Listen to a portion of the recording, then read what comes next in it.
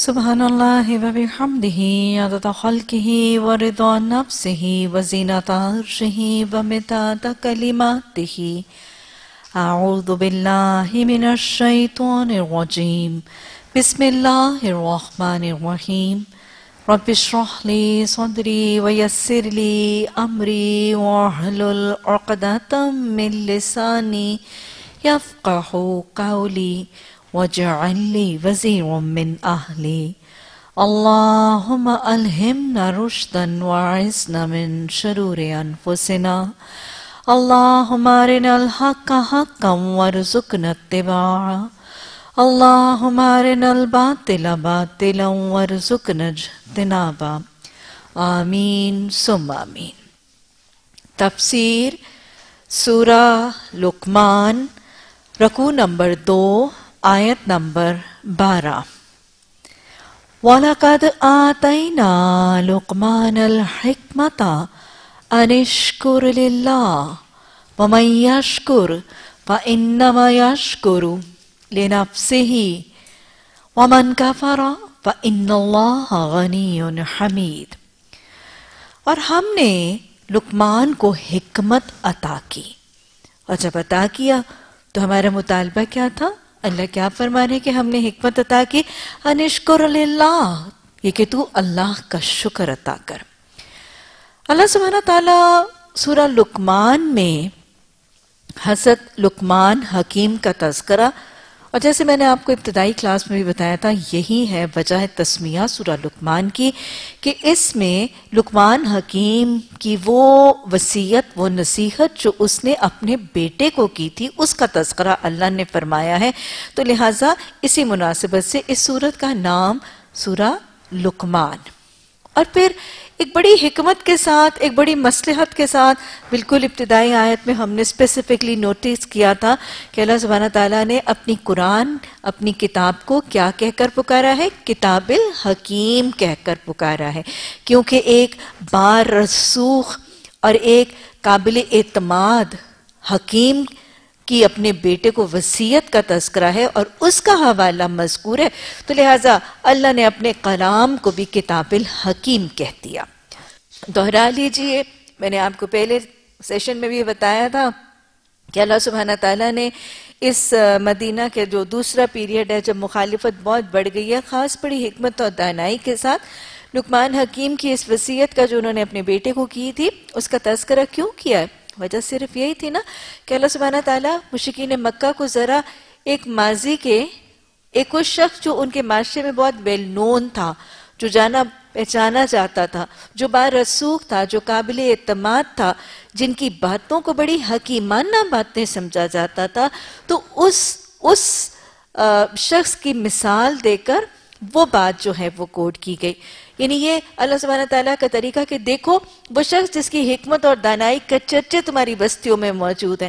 جیسے بسا اوقات ہوتا ہے نا کہ جو بہت سمجھدار شخص ہے اس کی باتیں جو ہیں وہ کوٹیبل کوٹس بن جاتی ہیں، اس کی باتیں عقل اور دانائی کے لیے وزڈم کوٹس کے طور پر کوٹ کی جاتی ہیں۔ تو لہٰذا وہ لقمان حکیم جس کی دانائی اور جس کی فہم فراست کے تم معترف ہو، اور جس کا تم یقین رکھتے ہو، اور جس کی باتوں کو تم حکمت اور دانائی کے خزانے سمجھ کے ایک دوسرے کو بتاتے اور سمجھاتے ہو، دیکھو تو صحیح اس حکمت والے نے اپنے بیٹے کو سب سے زیادہ حکمت والی بات کیا بتائی تھی، اور مماثلت اور مشابہت دکھا کر کہ وہ حکمت اور وہ دانائی والی باتیں جن کی حکمت کا تم اعتراف کرتے ہو، وہ بھی تو وہی ہیں جو محمد صلی اللہ علیہ وسلم تمہیں حکیمانہ کلام کے ذریعے بتا رہے ہیں۔ تو گویا اللہ پر، اللہ کے رسول صلی اللہ علیہ وسلم پر، اللہ کہ حکمت والے کلام پر انڈائریکٹلی جو ہے وہ مائل کیا جا رہا ہے۔ تو اللہ سبحانہ تعالیٰ نے فرمایا کہ ہم نے لقمان کو حکمت دی تھی، تو یہ فرمایا جا رہا ہے کہ لقمان کو حکمت بھی کس نے دی تھی؟ اس اللہ نے حکمت دی تھی جس کی طرف محمد صلی اللہ علیہ وسلم دعوت دے رہے ہیں۔ اس اللہ نے اس کو بھی حکمت کی کتاب حکمت سکھائی تھی جس نے تمہیں کتاب الحکمت دی ہے۔ اور پھر اللہ نے یہ بھی کہا کہ لقمان علیہ السلام کو، لقمان کو جب حکمت دی گئی تھی تو اللہ نے ان سے مطالبہ کیا کیا تھا؟ اللہ کیا چاہتا تھا؟ کہ وہ اللہ کا شکر کرے۔ تو لہٰذا ایک اور بات سمجھ میں آ رہی کہ اللہ جب کوئی نعمت دیتا ہے تو پھر اللہ کیا چاہتا ہے کہ اللہ کا بندہ اللہ کی نعمت کا شکر کرے. اور پھر یہ بھی سمجھ میں آ رہا ہے کہ حکمت، دانائی، فہم، فراست اللہ کی خداداد نعمتوں میں سے ایک بہت بہتر اور اول اور عمدہ ترین نعمت ہے. اور جس کو حکمت اور دانائی ملتی ہے اس کو اللہ کا کثرت سے شکر کرنا چاہیے. اور ویسے بھی حدیث بھی تو بتاتی ہے، آپ نے فرمایا اللہ جس کے ساتھ بھلائی کا ارادہ فرماتا ہے اس کو دین کی فہم اور حکمت عطا کرتا ہے. وَمَن يُؤْتِ الْحِکْمَةَ فَقَدْ أُوتِیَ خَيْرًا کَثِیرًا. جس کو حکمت دی گئی وہ تو بہت بڑی خیر اور بھلائی دیا گیا. اللہ سورہ بقرہ میں فرماتے ہیں نا کہ جس کو حکمت دی گئی وہ بہت ہی بڑی بڑائی کا خزانہ دیا گیا. دعا کیا کرنی ہے؟ اللہم اجعلنی صبورا وجعلنی شکورا. اللہم اجعلنی صبورا وجعلنی شکورا. ربی اعنی علی ذکرک وشکرک وحسن عبادتک. تو اللہ فرما رہے کہ دیکھو میں نے لقمان کو حکمت دی اور ساتھ یہ کہ میں چاہا میں نے یہ اللہ نے اس کے لیے پسند کیا کہ وہ شکر کرے. اور ساتھ ہی اللہ نے شکر کا ایک بہت خوبصورت سا نسخہ بتا دیا کہ جو شکر کرے گا اس کا فائدہ. اللہ کو میرے اور آپ کے شکر کی ضرورت نہیں ہے. اللہ کو میرے اور آپ کی شکری اور ناشکری سے کوئی فرق نہیں پڑتا. اللہ کی کائنات میں میرے شکر سے اضافہ نہیں، اور اللہ کی کائنات اور اللہ کی اتنی بڑی زمین اور آسمان میں بندے کی ناشکری سے کوئی کمی نہیں ہوتی. شکر کا فائدہ کس کو ہے؟ اس ذات کو ہے جو شکر کرتا ہے. اور ناشکری کا نقصان اور وبال کس پر ہے؟ اس ذات پر ہے خود جو ناشکری کا طریقہ اختیار کرتا ہے. شکر کرنے والے کو اس کا شکر اس ہی کو فائدہ دیتا ہے. شکر کر کے شکر کرنے والا شاکر کسی پر کوئی احسان، کوئی دین، کوئی مہربانی نہیں کرتا. اس کو ہی اپنے شکر سے فیض اور فائدہ پہنچتا ہے. شکر سے کیا فائدہ ملتا ہے؟ شکر ایک بہت بڑی روحانی عبادت ہے، ایک دل کی بہترین پسندیدہ حالت ہے. اعمال صالحہ کی سیڑھی پر چڑھنے کے پہلے زینوں میں سے ایک زینہ ہے. جنت کی سیڑھی پر چڑھنا آسان کر دیتا ہے شکر کی کیفیت. شکر کرنے والے کو کیا فائدہ ہوتا ہے؟ بہت بڑا نعمت، بہت بڑا خزانہ، بہت بڑا تحفہ ہے اللہ کا. اللہ شکر کرنے والے کو کیا دیتا ہے؟ سب سے پہلے قرآن کی آیت کا حوالہ دیکھیے. لَإِن شَكَرْتُمْ لَأَزِيدَنَّكُمْ. تم میرا شکر تو کرو میں تمہیں اور دوں گا. وَلَئِن كَفَرْتُمْ إِنَّ عَذَابِي لَشَدِيدٌ. اور اگر تم میری ناشکری کرو گے تو یاد رکھنا میرا عذاب بہت سخت ہے. کیونکہ شکر ایک طرح کا کفر ہے. وَاشْكُرُوا لِي وَلَا تَكْفُرُونِ. دیکھو میرا شکر کیا کرو، میرا کفر نہ کیا کرو. کفر کا مطلب ناشکری ہے. یہاں پر ناشکری کفران نعمت ہے، اللہ کی نعمتوں کا انکار ہے. تو اللہ فرما رہے ہیں کہ میرا شکر کرو گے میں تمہیں اور دوں گا. کس کا فائدہ ہو رہا ہے؟ اللہ سبحانہ تعالیٰ نعمتیں دے رہا ہے. نعمتیں پانے والا منعم شکر کر رہا ہے. اللہ مزید نعمتوں سے نواز رہا ہے. فائدہ کس کو ہو رہا ہے؟ دینے والے کو یا ملنے والے کو؟ ملنے والے کو. اللہ نعمت دے رہا ہے، منعم نعمتوں کا انکار کر رہا ہے. نعمت پانے والا اللہ کی نعمتوں کا انکار کر رہا ہے. اللہ نعمتوں کا سلسلہ و تسلسل روک رہا ہے. نقصان کس کو ہو رہا ہے؟ روکنے والے کو یا روکے جانے والے کو؟ روکے جانے والے کو. شکر کا فائدہ اس کو ہے جو شکر کرتا ہے، اور ناشکری کا نقصان اور وبال اور عذاب اس پر ہے جو ناشکری کرتا ہے. یہ بات پلے سے باندھ دیجئے. میں بہت دفعہ یہ الفاظ کہتی ہوں. شکر ایک اتنا بڑا خزانہ اور ایک اتنی بڑی نعمت ہے کہ جس کے پاس شکر کرنے والا دل، شاکر دل ہو. یہ نعمتوں میں سے کون سی نعمت ہے؟ صحابہ اکرام نے پوچھا تھا نا یا رسول اللہ صلی اللہ علیہ وسلم. قرآن کی آیت وَالَّذِينَ يَكْنِزُونَ الذَّهَبَ وَالْفِضَّةَ وَلَا يُنْفِقُونَهَا فِي سَبِيلِ اللَّهِ. وہ لوگ جو سونے چاندی کے ڈھیر جمع کرتے ہیں اور ان کو اللہ کی راہ میں خرچ نہیں کرتے، کیا کرتے ہیں؟ ان کو کیا دو؟ فَبَشِّرْهُم بِعَذَابٍ أَلِيمٍ. ان کو دردناک عذاب کی خوشخبری دے دو. یہ سونا چاندی جو اللہ کی راہ میں زکوٰۃ کے حوالے سے خرچ نہیں ہوا تھا، یوم یحمى علیہا، وہ آگ پر تاپا جائے گا، فتقوا، داغا جائے گا ان کے ان کو پہلوؤں کو، ان کی پیشانیوں کو، ان کے پیٹھوں کو. اور کیا کہا جائے گا؟ ھذا ما کنزتم لانفسکم. یہ ہے جو تم نے اپنی جانوں کے لیے چکھا تھا. اچھا یہ آیت آئی. صحابہ اکرام نے کہا یا رسول اللہ صلی اللہ علیہ وسلم اب سونا چاندی کے ڈھیر تو ہم جمع نہیں کرنا چاہتے، ہمیں بتائیں کہ ہم کیا جمع کیا کریں. آپ نے کیا فرمایا تھا؟ جمع کیے جانے کے لائق شاکر دل، ذاکر زبان اور صابر جسم ہے۔ اور پھر آپ نے ایک اور حدیث میں یہ بھی تو فرمایا تھا کہ جس کو 4 چیزیں مل گئیں، جس کو 4 چیزیں مل گئیں، اس کو دنیا کی تمام بھلائیاں مل گئیں، اس کو دنیا کی تمام خیر مل گئی۔ یہ 4 چیزیں کیا تھیں؟ ذاکر زبان، شاکر دل، صابر جسم اور دین کے مددگار ازواج۔ ربنا ہب لنا من ازواجنا وذریاتنا قرۃ اعین واجعلنا للمتقین اماما۔ تو لہٰذا یہ شکر جب دل میں آتا ہے تو یہ نعمتوں میں سے ایک بہت بڑی نعمت۔ یہ بات یاد رکھ لیجئے کہ انسان کا زندگی میں خوش رہنا، شادہ رہنا، فرحاں رہنا، ہیپی کنٹینٹڈ لائف کے لیے نعمتوں کی کثرت نہیں، شکر کا ہونا ضروری ہے۔ جب دل شاکر ہو اور فریم آف مائنڈ میں توکل اور قناعت ہو تو وہ بندہ نعمتوں کی کمی کے اندر قلیل نعمتوں کے ساتھ بھی خوش رہتا ہے۔ ایک انسان کے پاس بہت تھوڑی نعمتیں ہوں، تھوڑا مال، چھوٹا گھر، نہ کھانے کو، نہ پہننے کو، نہ اوڑھنے کو، کثرت کی چیزیں، لیکن اس کا دل شاکر ہو، یاد رکھیے لاکھوں کروڑوں نعمتوں کی کمی کے باوجود شاکر دل رکھنے والا شادہ ہوگا، فرحاں ہوگا، خوش ہوگا، کنٹینٹڈ ہوگا، راضی ہوگا، مطمئن ہوگا، پرسکون ہوگا۔ اور وہ اس کے برعکس وہ شخص جس کے پاس لاکھوں کروڑوں نعمتیں ہیں، گھر ہے، کوٹھیاں ہیں، جائیدادیں ہیں، سونے ہیں، ہیرے ہیں، جواہرات ہیں، مال ہے، نقدی ہے، چاندی ہے، نوکر ہے، چاکر ہے، خدمت گزار ہے، دنیا جہان کی چیزیں، لیکن اس کا دل شاکر نہیں۔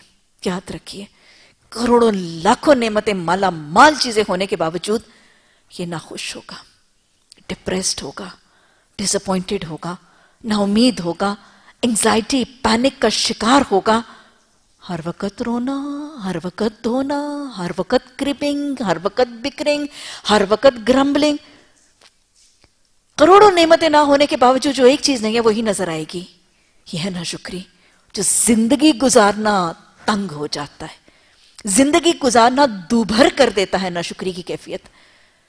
شکر کا فائدہ شکر کرنے والے دل کو ہے، اور یہی ہے لَإِن كَفَرْتُمْ مِنَّ عَذَابِي لَشَدِيدٌ، اگر تم میری نعمتوں کا انکار کرو گے تو میں تمہیں عذاب دوں گا۔ یہی عذاب ہے۔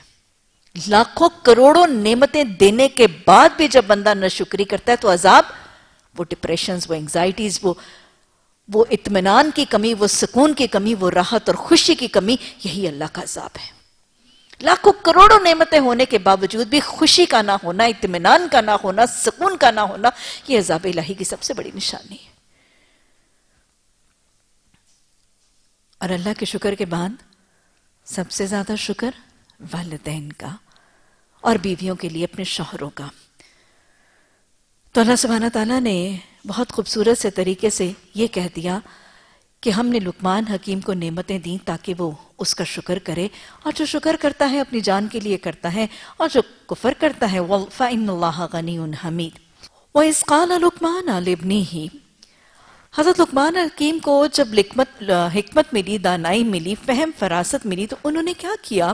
انہوں نے اپنے بیٹے کو وصیت کی، وَهُوَ يَعِظُهُ، يَعِظُهُ کا مطلب، واعظ کا مطلب کسی کو اس کے مستقبل کے بارے میں خیر اور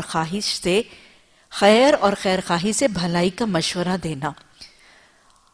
اور یہ بات تو اٹل حقیقت ہے کہ ایک والد اپنی اولاد کو جو بہترین مشورہ دے سکتا ہے وہ اپنی اولاد ہی کو دے سکتا ہے۔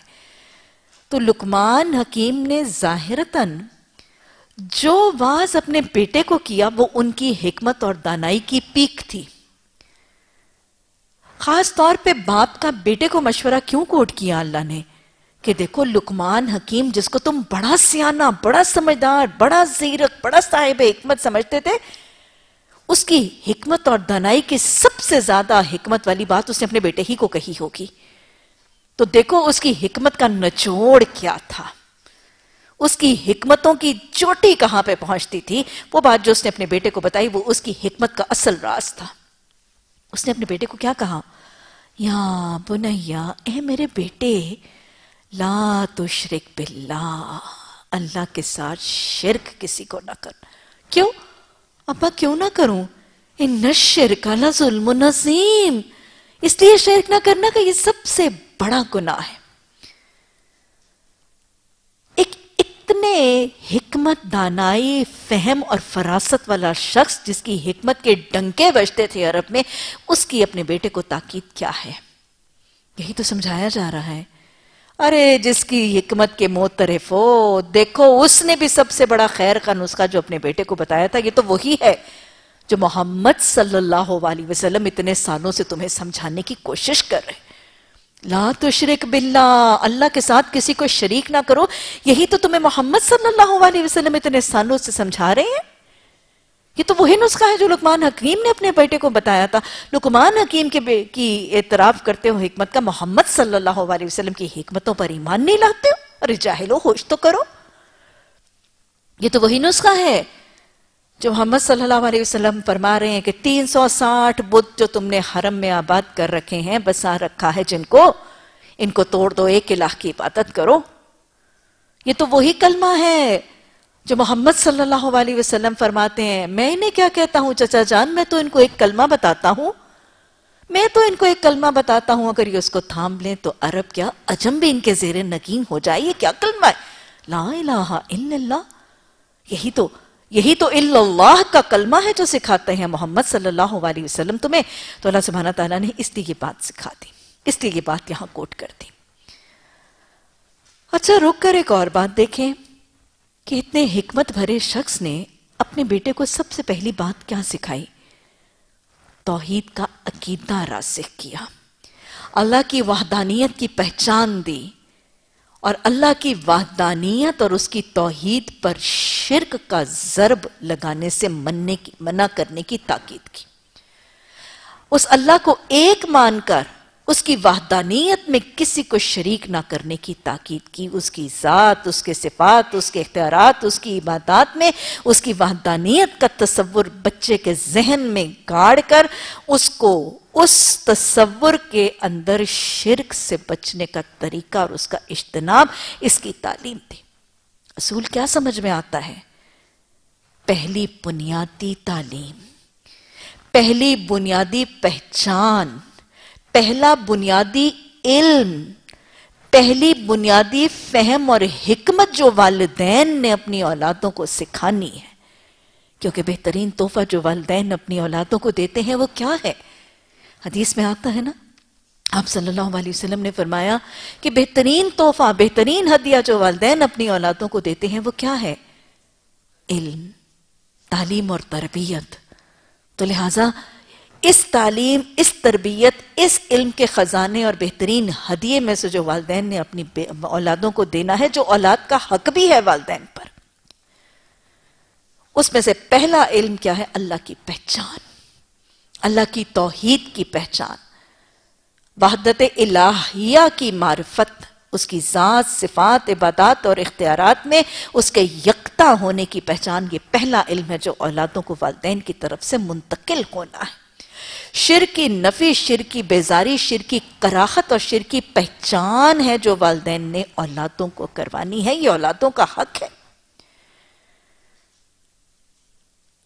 اور یاد رکھیے گا حدیث کے الفاظ ہیں کہ اللہ کہ وہ اولاد کہ جس کے پیدا ہونے کے بعد جب اس کی زبان چلتی ہے، میں حدیث کا مفہوم بتا رہی ہوں، کہ وہ والدین جن کی اولاد کی جب زبان کھلتی ہے تو پہلا لفظ جب زبان پر اللہ کا نام آتا ہے تو یہ اولاد اپنے والدین کے لیے بخشش کا ذریعہ بنتی ہے۔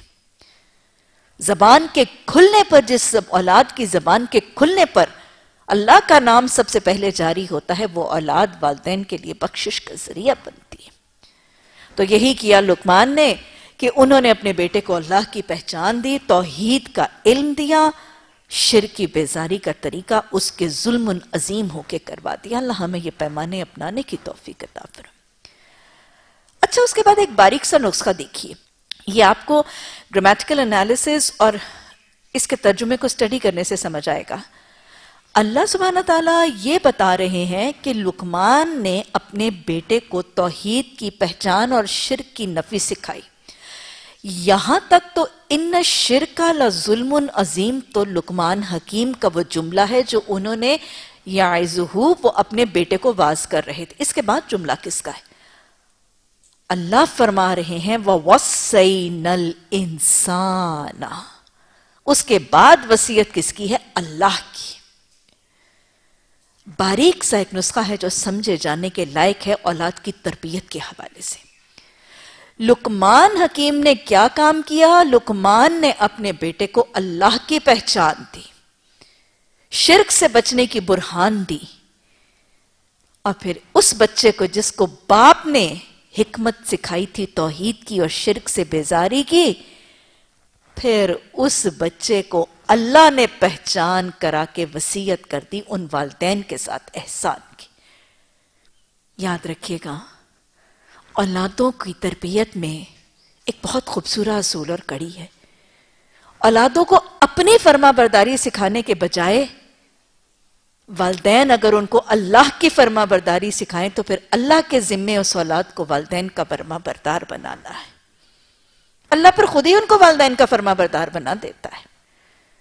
جب والدین اپنی اولادوں کو اپنا خدمت گزار بنانے کی بجائے اللہ کے دین کا، اللہ کے بندوں کا خدمت گزار بنانے کی طرف توجہ دیں تو اللہ ایسی اولادوں کو خود سے خود والدین کا خدمت گزار بنا دیتا ہے.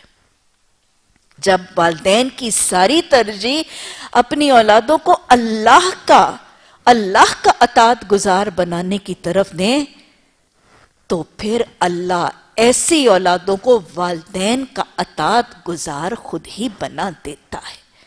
تو فکر کس کی کرنی ہے؟ اولادوں کو اپنی خدمت گزاری کے ادب نہ سکھائیے، اولادوں کو اپنی فرما برداری کے ادب سکھانے کی فکر کرنے کی بجائے ان کو رب کی اطاعت گزاری، رب کی خدمت گزاری، رب کی عبادت گزاری اور رب کی اطاعت گزاری کے طریقے سکھا دیجئے، اس یقین اور توکل کے ساتھ کہ اللہ سبحانہ تعالیٰ آپ کے گمان سے بڑھ کے ان کو آپ کا خدمت گزار، ان کو آپ کا تابعدار، ان کو آپ کا فرما بردار اور آپ کا خدمت گزار بنا دے گا. اولادوں کو بچا بچا کے اللہ کی اطاعت مت سکھائیے، اولادوں کو اپنے پاس رکھ رکھ کے اللہ کی عبادت مت سکھائیے، ان کو اللہ کے حوالے کر دیجئے، ان کو اللہ کی اطاعت اور فرما برداری سکھائیں. یہ اللہ کے ذمہ ہے آپ کی اطاعت اور فرما برداری سکھانا. اللہ سبحانہ تعالیٰ کی پہچان کرائی باپ نے بیٹے کو تو اللہ نے اس بیٹے کو ماں باپ کا حق شناس بنایا. وَوَصَّيْنَا الْإِنسَانَ بِوَالِدَيْهِ کہ وہ باپ جس نے تمہیں میری پہچان کروائی ہے نا، ہم نے اب تمہیں ان ماں باپ کے ساتھ حسن سلوک کی وصیت کر دی. حَمَلَتْهُ أُمُّهُ وَحْنًا عَلَىٰ وَحْنًا وَفِصَالُهُ فِي عَامَيْنِ. پھر اللہ نے اس کو ماں کا حق سکھا دیا، اللہ نے اس کو ماں کا ادب اور سلیقہ سمجھا دیا کہ تم اس ماں کے ساتھ احسان کرو جس نے وہن، کمزوری، مشکل، تکلیف، سستی، بوجھ اٹھا کے تمہارا حمل اٹھایا، پھر تمہیں جنا اور تمہارا دودھ پلانے کا مرحلہ 2 سال کا تھا. اللہ نے اس کو ماں کا حق شناس بنا دیا، اللہ نے اس اولاد کو پھر والدین کا حق شناس بنا دیا. اللہ سبحانہ تعالیٰ یہاں پہ ارماں کا درجہ بھی سمجھا رہے ہیں، بالکل اسی آیت سے ملتی جلتی. حملتہ امہ کرہن ووضعتہ کرہن وحملہ وفصالہ 30 شہرا. ماں کا درجہ باپ سے 3 گنا کیوں ہے؟ کیونکہ ماں قرآن کی ان آیات کے حوالے سے وہ 3 کام کرتی ہے جو باپ نہیں کرتا.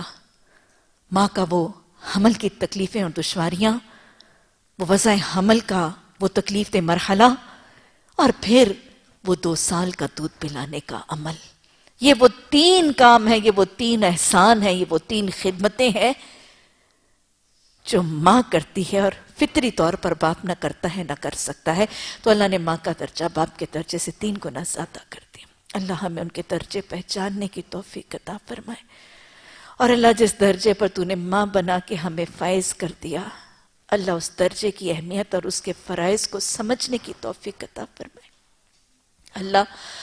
اللہ ہمیں اپنے ان درجات والی ماؤں کے لیے، اور اللہ ہماری اولادوں کو ہمارے لیے آنکھوں کی ٹھنڈک بنا دے، اللہ دلوں کا سکون اور سہارا بنا دے، اور اللہ سب سے بڑھ کے صدقہ جاریہ بنا دے۔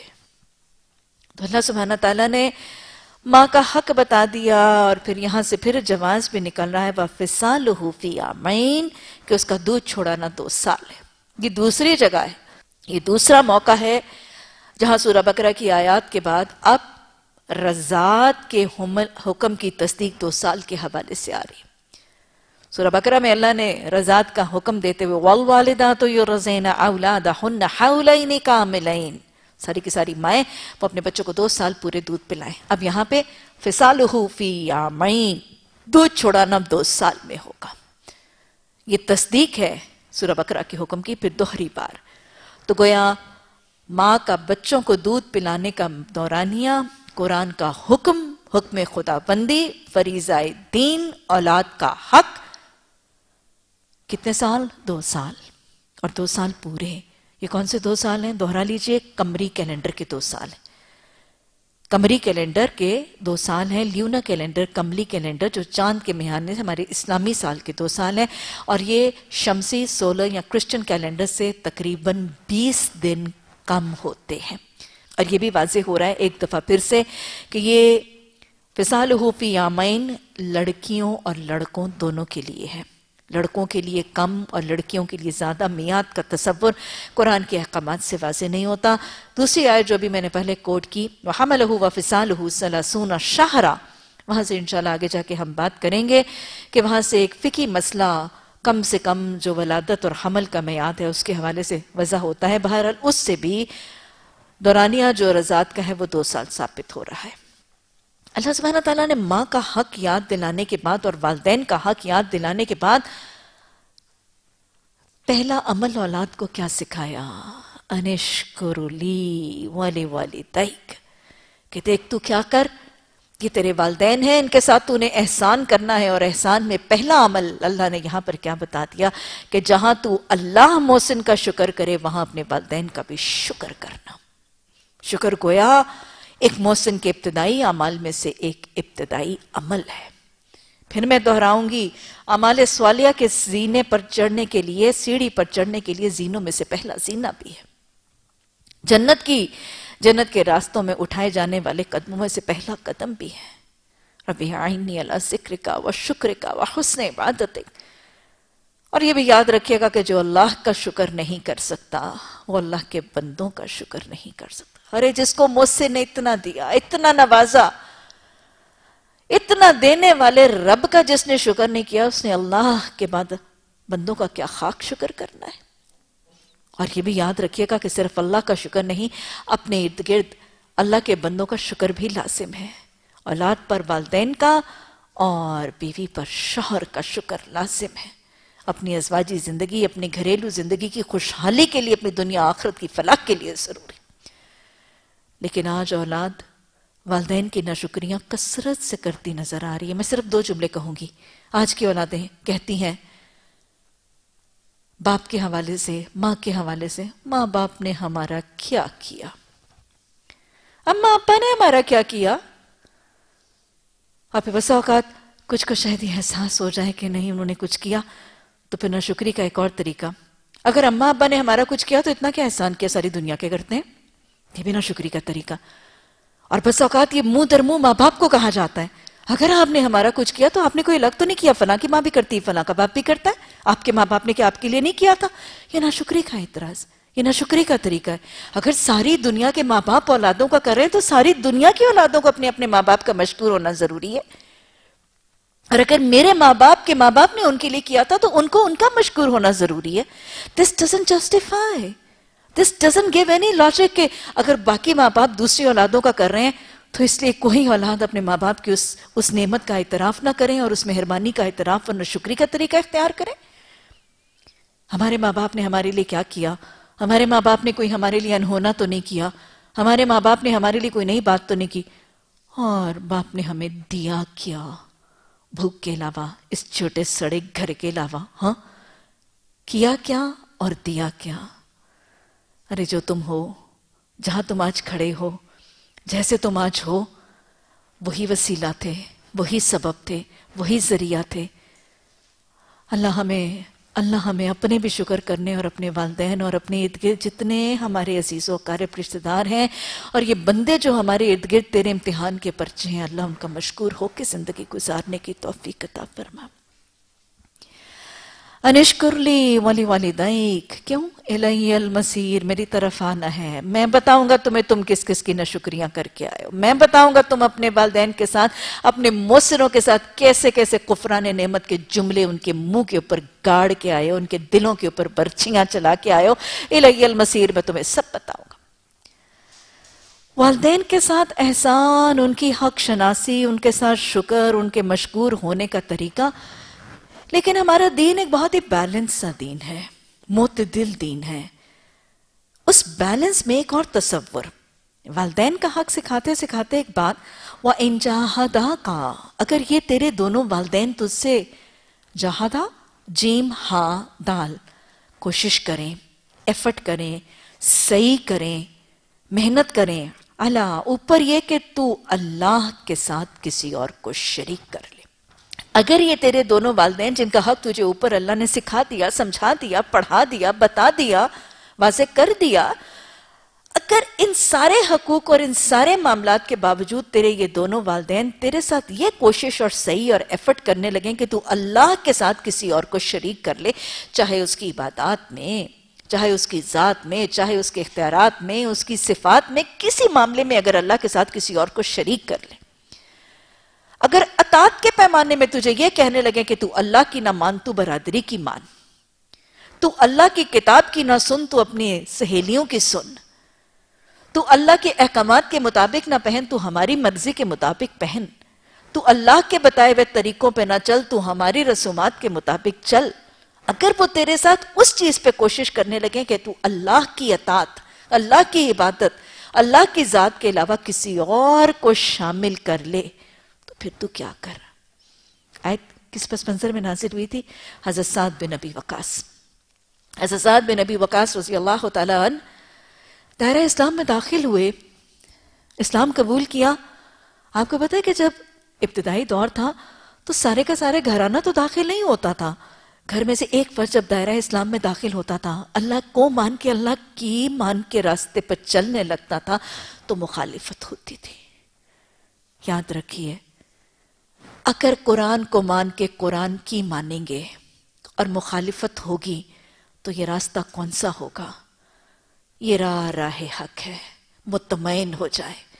اگر آپ ایک راستے پر قرآن کو پکڑ کے چلیں اور پھر آپ کے راستے میں رکاوٹیں آنے لگیں، لوگ آپ پر پتھر برسانے لگیں، آپ پر جملے کسنے لگیں، آپ کے اعتراضات کرنے لگیں، آپ کو جلی کٹی سنانے لگیں، تو یاد رکھیے گا یہ صراط مستقیم ہے جس پہ آپ چل رہے ہیں. تو خوش ہو جائیے گا، یہ انمتا علیہم کا راستہ ہے جس کو آپ نے چن لیا ہے. اور اللہ سے ثابت قدمی کی دعائیں مانگ کے اپنے قدموں پر نگاہ رکھ لیجئے گا. یہ راستہ وہ ہے جس پہ ڈگمگانے سے بچنا ضروری ہے.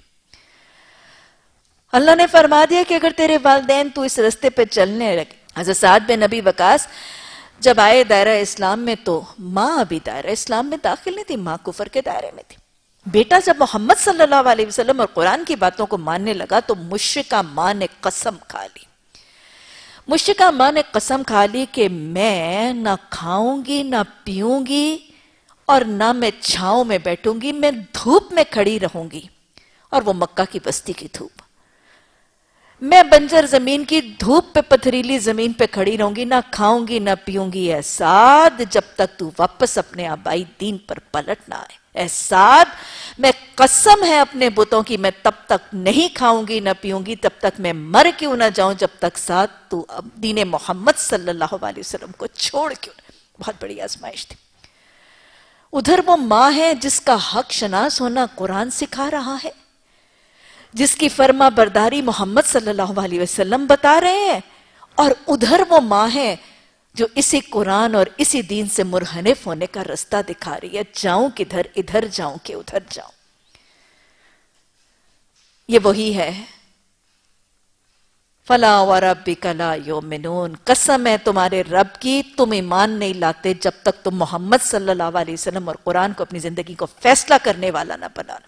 آگئے رسول اللہ صلی اللہ علیہ وسلم کے پاس، خدمت میں حاضر ہوئے، یا رسول اللہ صلی اللہ علیہ وسلم میں تو دائرہ اسلام میں داخل ہوا ہوں، لیکن میری ماں نے، جس کا حق مجھ پر اللہ کے بعد سب سے زیادہ ہے، جس پر احسان کا حق مجھ پر سب سے زیادہ ہے، جس کے مشکور ہونے، جس کی اطاعت کا حق مجھ پر سب سے زیادہ ہے، جس کے قدموں تلے محمد صلی اللہ علیہ وسلم آپ نے فرما دیا ارجعی، اس کی طرف پلٹ جا، فَإِنَّ الْجَنَّةَ تِلْكَ رِجْلِيهَا، اس کے قدموں تلے تیری جنت ہے، آپ نے تو مجھے وہ کہہ دیا، میری وہ جنت مجھ سے روٹھ گئی، میری وہ جنت قسم کھا بیٹھی کہ اگر آپ کو چھوڑوں گا تو پھر راضی ہوگی، مجھے بتائیں اب کیا کروں، اب کدھر جاؤں؟ وہ چراغ آگے ہے، ادھر جاتا ہے پروانہ کے ادھر جاتا ہے آزمائش ہے۔ آیت نازل ہوئی اور اللہ سبحانہ تعالیٰ نے حضرت سعد بن ابی وقاص کو اور حضرت سعد بن ابی وقاص کی حالت جیسی حالت میں مبتلا اولادوں کی رہنمائی کر دی۔ اولادوں، اللہ کو مان کے اللہ کی مان کے چلو گے، قرآن کو مان کے قرآن کی مان کے چلو گے، رسول صلی اللہ علیہ وسلم کو ماننے کے بعد ان کی مان کے طریقے اختیار کرو گے تو تمہارے والدین بھی اگر تمہیں اس سے روکنے کی کوشش کریں تو کیا کرنا؟ فَلَا تُطِعْهُمَا، ان دونوں کی اطاعت نہ کرنا۔ وہ ماں جس کا حق تم پر باپ سے 3 گنا زیادہ تھا، اگر وہ ماں بھی قسم کھا لے تمہیں اس رستے سے روکنے کی، تو اللہ کی اطاعت میں اللہ کی نافرمانی کسی کاسٹ پر نہیں ہے، تم ان والدین کی اطاعت نہ کرنا۔ اطاعت کا پیمانہ وہی ہے، کلمہ پڑھنے کے بعد اطاعت کا اصل پیمانہ، اصل مطاع وہی ہے۔ اطاعت تم اسی کی کرنا، تو پھر کیا کروں؟ اب اگر وہ مجھے اللہ کی اطاعت سے روک رہے ہیں، اگر وہ مجھے اللہ کی اطاعت سے روک رہے ہیں تو کیا ان سے لڑو، چیخوں، چلاؤں، بدتمیزی، بدسلوکی؟ نہیں، وَصَاحِبْهُمَا فِي الدُّنْيَا، ان کے ساتھ مصافحت کرو، حسن اخلاق کرو، حسن معاملات کرو۔ ہیں بہرحال یہ تمہارے والدین ہے، اللہ کے بعد ان کا حق تم پر سب سے زیادہ، ان کی خدمت، ان کی پسند کا خیال، ان کی نرمی کا خیال، ان کی خدمت کرنا، ان کے ساتھ حسن سلوک سے پیش آنا، ان کا ادب کرنا، ان کا احترام کرنا، ان کے ساتھ تعظیم سے پیش آنا، ان کے سامنے عاجزی ان کے ساری کرنا، یہ ان کا حق ہے، اللہ کے بعد ان کا حق ہے۔ تو لہٰذا ان کے ساتھ معاملہ حسن سلوک کا رکھو گے، معاملہ حسن اخلاق کا رکھو گے، بدتمیزی، بدسلوکی، بدخلقی کسی قسم کا معاملہ نہیں ہوگا۔ کیا حضرت ابراہیم علیہ السلام کا نمونہ نہیں موجود؟ حضرت ابراہیم علیہ السلام نے جب عقیدہ توحید کو پایا تھا، رب واحد کی پہچان مل گئی تھی، سورج چاند ستارے کو دیکھنے کے بعد باپ کے کفر اور باپ کی بت پرستی کی حقیقت کھل کے سامنے آ گئی تھی، باپ کو دعوت دی تھی، باپ کو ماننے کے لیے، راضی کرنے کے لیے اخلاق کے ساتھ، حکمت کے ساتھ سمجھانے کی کوشش کی تھی، باپ نے نہیں ماننا تھا تو کیا تھا؟ باپ کے لیے بخشش کی دعا مانگی تھی، باپ کے لیے ہدایت کی چاہت اور طلب کی تھی، لیکن بدتمیزی، بد زبانی، بد خلقی کا طریقہ اولاد اپنے والدین کے ساتھ، چاہے وہ کافر ہے، چاہے وہ مشرک ہے، چاہے وہ بت پرست ہے، والدین کے ساتھ یہ طریقہ ہے، تصور ہی موجود نہیں ہے۔ آگے چلنے سے پہلے اپنا محاسبہ کر لیجئے، معاشرے کے حالات کا جائزہ لے لیجئے۔ آج نیکوکار،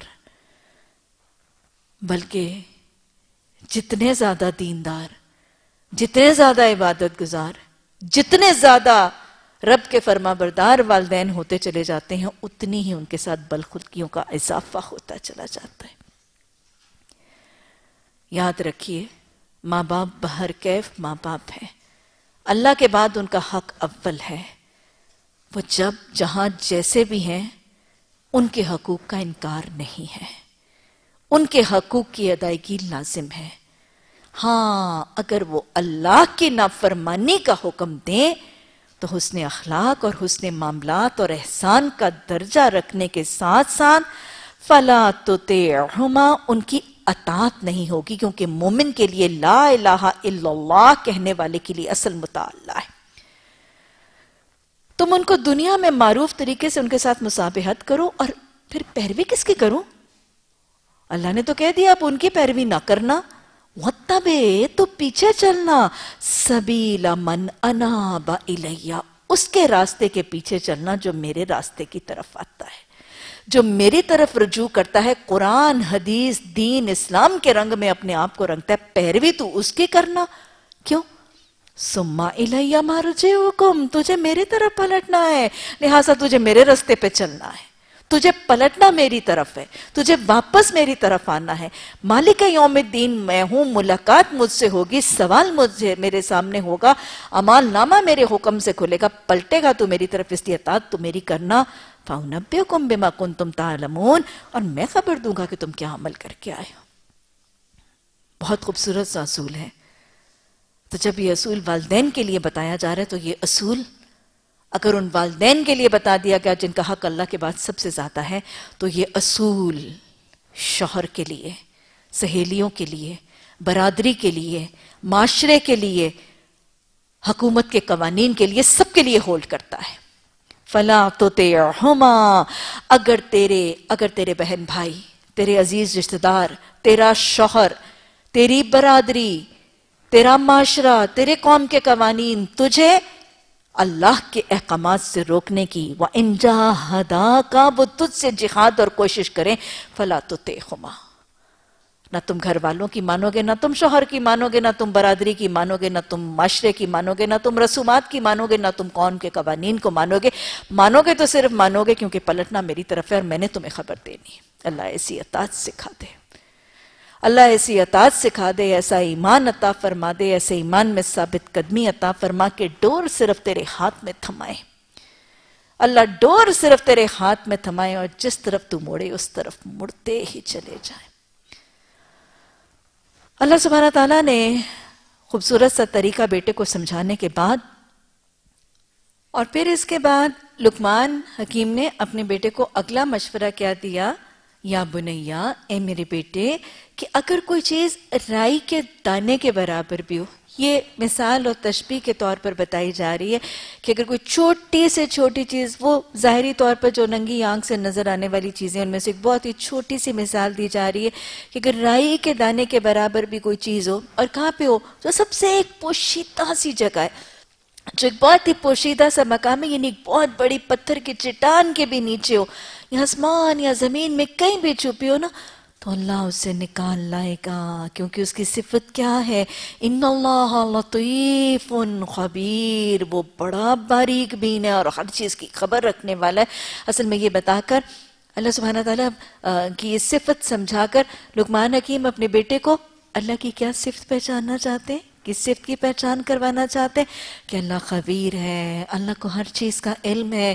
تمہارے ایک چھوٹا سا عمل جو پوشیدہ ہے، تمہارے گھر کے بالکل اندر پوشیدہ کے کونے کے اندر ہے، اور پھر کچھ نہیں، تمہارے دل کے اندر آنے والے جو پوشیدہ خیالات اور تصورات ہیں، اللہ ان کو بھی جانتا ہے. کس چیز کو سمجھایا جا رہا ہے؟ کہ صرف اپنے ظاہر کو نہیں، اپنے باطن کی بھی اصلاح کرو. اللہ ظاہر کو بھی جانتا ہے، اللہ باطن کو بھی جانتا ہے، اللہ کھلی چیزوں کو بھی جانتا ہے، اللہ چھپی چیزوں کو بھی جانتا ہے. یاد رکھیے، صرف ایک ظاہری لبادہ اوڑھ لینا اور اپنی ظاہری حالت ایک طریقے کی کر لینا، یہ صرف اسلام اور دین نہیں ہے. وہ جو کسی کہنے والے نے کہا کہ اسلام میں داڑھی ہے، داڑھی میں اسلام نہیں ہے. اللہ ہمیں یہ نسخہ سمجھا دے. صرف ایک داڑھی رکھ لینا، خدا نہ خواستہ یہ ہرگز مت سمجھیے گا کہ میں ان سنتوں اور ان احکامات شریعہ کے خلاف بات کر رہی ہوں. مطلب سمجھانے کا یہ ہے کہ صرف یہ ظاہری لبادہ اوڑھ لینا اسلام نہیں ہے. There is much more to it. یہ تو اوڑھنا ہی ہے، یہ تو اپنانا ہی ہے. اپنی لباس اور اپنے پردے کے اہتمام کے لیے عبایا، یہ نقاب، یہ حجاب، یہ تو لازم ہے، یہ تو فریضہ دین ہے. There is no concept without it. There is no Islam without it.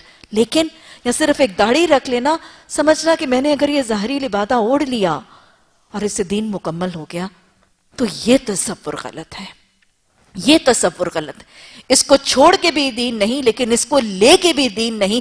باہر تو بہت بڑی جلباب ہے اور اندر کینوں اور بغض کا گند ہے. یہ اسلام نہیں. یہ دینداری نہیں. اگر چہرے پر ایک داڑھی تو ہے لیکن اس کے کاروباری معاملات کے اندر بے ایمانی، دھوکہ، فراڈ، غصب، غبن ہے تو یہ دین کا نام نہیں. دین ظاہر باطن دونوں کو قرآن اور حدیث کے رنگ میں رنگنے کا طریقہ اور تصور ہے. لما تقولون ما لا تفعلون، قول اور فعل کا تضاد میرے رب کو پسند نہیں. ظاہر اور باطن دونوں کو دین کے رنگ اور اسلام کے رنگ کے مطابق رکھنا اصل مشیت عزتی ہے. تو اگر میں اور آپ صرف ایک ظاہری لبادہ اوڑھنے کے بعد مطمئن ہو گئے کہ ہمارا اسلام مکمل ہو گیا اور ہمارا دین مکمل ہو گیا اور ہم دین کے اندر پورے کے پورے داخل ہو گئے، تو I'm very sorry to say اگر اس ظاہری لبادے کے باوجود، اس ظاہری عبایا اور اس ظاہری نقاب کے لبادے اور عبایا کے باوجود اگر بولنے والی جھوٹ بول رہی ہے، غیبتیں کر رہی ہے، یا بے حیائی کی سوچیں اور بے حیائی کے طریقے اپنا رہی ہے، یا سنتوں کو ترک کر رہی ہے، یا کچھ اور ایسے معاملات کر رہی ہے، تو اس کا دین ابھی مکمل نہیں ہوا. ظاہری لبادوں کے ساتھ اور ظاہری حلیوں کے ساتھ دین مکمل نہیں ہے. اللہ سبحانہ تعالیٰ ظاہر کو بھی دیکھتا ہے اور باطن کو بھی. اللہ ظاہر کو بھی جانتا ہے اور اللہ پوشیدہ کو بھی جانتا ہے. تو اپنے ظاہر، باطن، اندر باہر، قول، فعل، تمام کے تمام چیزوں کو قرآن کے رنگ میں رنگنا اور دین کے احکامات کا تابع کرنا ضروری ہے. اب یہ بھی یاد رکھیے گا، اللہ صرف ہمارے ظاہری اعمال اور رویوں کو بھی نہیں دیکھتا. ان رویوں کے پیچھے جو جذبہ ہے، جو دل کی حالت ہے، میرا رب علیم بذات صدور، اس دل کی حالت پر بھی نگاہ رکھتا ہے. مثلا اگر میں آپ کو مہمان نوازی ہی کی مثال دوں، بس اوقات مہمان نوازی کے لیے بہت تکلف، تصنع اور بناوٹ کی حد تک تکلف، ریا اور اسراف کی حد تک تکلف، لیکن پیچھے جذبہ اسی مہمان کی جس کی اتنی تکلف کے ساتھ مہمان نوازی ہو رہی ہے، اسی مہمان کے خلاف دل میں کینہ ہے، بغض ہے. تو شاید اللہ سبحانہ تعالیٰ وہ سجی ہوئی ٹرالی کے بجائے اس کینے والے دل کو بھی دیکھ رہا ہوگا. صرف ظاہریت پر توجہ دینے کے بجائے اپنے باطن کو کریکٹ کرنے کی بھی ساتھ ساتھ مشق کرتے جائیں. یاد رکھیے قرآن کے ساتھ جڑنے والے جب بار بار ان کو یہ بات بتائی اور باور کرائی جاتی ہے کہ آپ دین کے نمائندہ ہیں، آپ دین کا تعارف کرنے کا ذریعہ ہیں، تو بس اوقات دایان دین اور مبلغات اور معلمہ اور معلمات کے اندر یہ ٹینڈنسی ہو جاتی ہے کہ ہم اپنے ظاہر کو ٹھیک کر لیتے ہیں، ہم ایک ظاہری حلیے کو ٹھیک کر لیتے ہیں کیونکہ ظاہر پر انگلیاں اٹھتی ہیں، اس ظاہر پر تنقید ہوتی ہے، ہم اپنے ظاہری معاملات کو تو ٹھیک کر لیتے ہیں، لیکن دین کی دعوت دینے والے اور اسی مبلغہ اور اسی معلمہ کے اندر گند پٹا پڑا رہتا ہے. اللہ ہمیں اپنے ظاہر باطن کے تضاد کو دور کرنے اور اپنے باطن کو اپنے ظاہر سے زیادہ خوبصورت اور زیادہ دین کے پیمانے کے رنگ کے مطابق رکھنے کی توفیق عطا فرمائے. اچھا، ان ساری چیزوں کے لیے سب سے پہلا عملی حکم اور عبادت کا حکم کیا دیا؟ پہلے تو اللہ کا حق سکھایا، شرک کی نفی سکھائی، اللہ کی پہچان کروائی، اور پھر کیا کہا؟ یا بنیا اقم الصلاۃ، نماز قائم کر. شرک کی نفی، توحید کا عقیدہ، اللہ کی پہچان کروانے کے بعد لقمان حکیم نے اپنے بیٹے کو پہلی بات کون سی سمجھائی تھی؟ وَأْمُرْ أَهْلَكَ بِالصَّلَاةِ، اپنے گھر والوں کو نماز کا حکم دو. حدیث کی تصدیق آپ نے فرمایا جب تمہارے بچوں کے دودھ کے دانت گر جائیں، لگ بھگ عمر کیا ہے 7 سال، تو ان کو نماز کا حکم دو. وَأَنفُسَكُمْ وَأَهْلِكُمْ نَارًا کا تقاضا، اپنے آپ کو جہنم کی آگ سے بچاؤ، اپنے گھر والوں کو جہنم کی آگ سے بچاؤ، ان کو جنت کی کنجی تیار کرا دو، ان کو قیامت کے دن کا پہلا سوال اللہ کے حقوق کا، اس کی پیمانہ پورا کرا دو. اے بنیا، اے میرے بیٹے، نماز قائم کر. اور کیا کر؟ نماز کے بعد کیا حکم ہے، کیا ترتیب ہے؟ بعض میں نصیحت میں اتنے حکمت بھرے شخص جس کو اللہ اس کی حکمت پر شکر کی تاکید کر رہے ہیں، اتنے سمجھدار زیرک شخص نے اپنے بیٹے کو آیاتنا، بیچ ہماری آیات کے، قل اللہ، کہہ دیجئے اللہ، اسرع، زیادہ تیز ہے، زیادہ جلدی کرتا ہے، مکرن، جال میں. ان رسولنا، بے شک رسول ہمارے، بھیجے ہوئے ہمارے، یکتبونا، وہ لکھتے ہیں، ما تمکرون، جو تم مکر کرتے ہو، جو توحید کے اس شیشے کے گھروندے کو توڑنے کے لیے، چکنا چور کرنے کے لیے، تجھے شرک کی طرف مائل اور قائل کرنے کے لیے تیری مخالفتیں ہوں گی، جلی کٹی سنائی جائیں گی، تو پھر تو کیا کرنا؟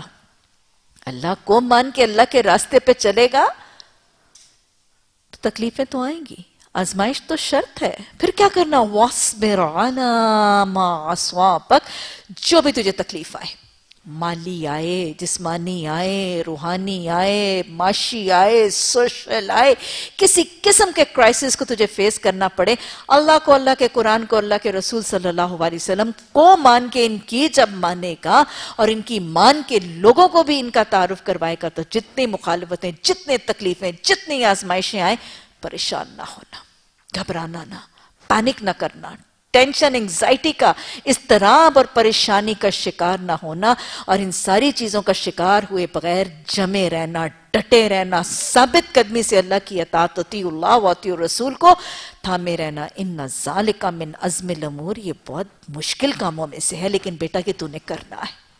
کتنا خوبصورت وہ واعظ و نصیحت ہے۔ یہ اللہ ہمیں واعظ کے طریقے سیکھنے اور سکھانے کی توفیق عطا فرمائے۔ جو اگلا حق اور ایک اور تربیت کا تذکرہ کیا کہ لقمان حکیم نے اپنے بیٹے کو کیا کہا؟ وَلَا تُسَعِّرْ خَدَّكَ لِلنَّاسِ وَلَا تَمْشِ فِي الْأَرْضِ مَرَحًا إِنَّ اللَّهَ لَا يُحِبُّ كُلَّ مُخْتَالٍ فَخُورٍ۔ بیٹے دو کام نہ کرنا۔ پہلے کہا کام کیا کرنا؟ امر بالمعروف اور نہی عن المنکر، نماز قائم کرنا۔ اچھا دل میں کیا کرو؟ عقیدہ قائم کرو، اور کیا کرو؟ شرک کی نفی کرو۔ اطاعت کس کی کرو؟ صرف اس کی کرو۔ کیسے کرو؟ ظاہر باطن میں کرو، وہ سب کو جانتا ہے۔ پھر کیا کرو؟ نماز قائم کرو، یہ کرنے کے کام ہے۔ پھر کیا کرو؟ معاشرے کے اندر امر بالمعروف نہی عن المنکر کرو۔ اچھا یہ تو کرو، اب کیا نہ کرنا؟ دو کام نہ کرنا۔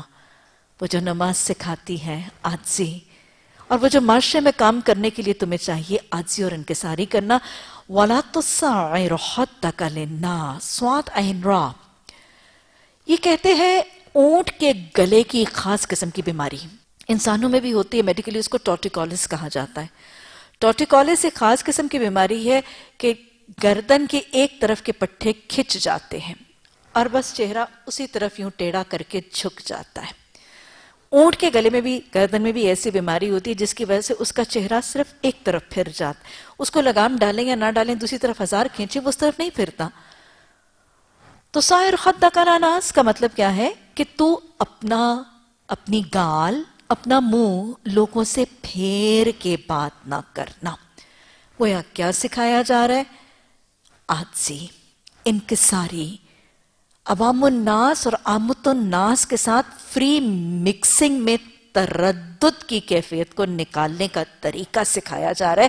عوام الناس سے، عامت الناس سے بات کرو گے، ملو گے، اٹھو گے، بیٹھو گے، وہ تمہارے پاس آئیں گے، اپنے مسئلے بتائیں گے، اپنی حاجتیں بتائیں گے، اپنی سلوشنز، اپنی پرابلمز تم سے ڈسکس کریں گے، تو کیا کرنا؟ کیا نہ کرنا؟ منہ پھیر کے نہ بات کرنا۔ منہ پھیر کے نہ بات کرنا۔ یہ منہ پھیر کے بات کرنا کیا انڈیکیٹ کرتا ہے؟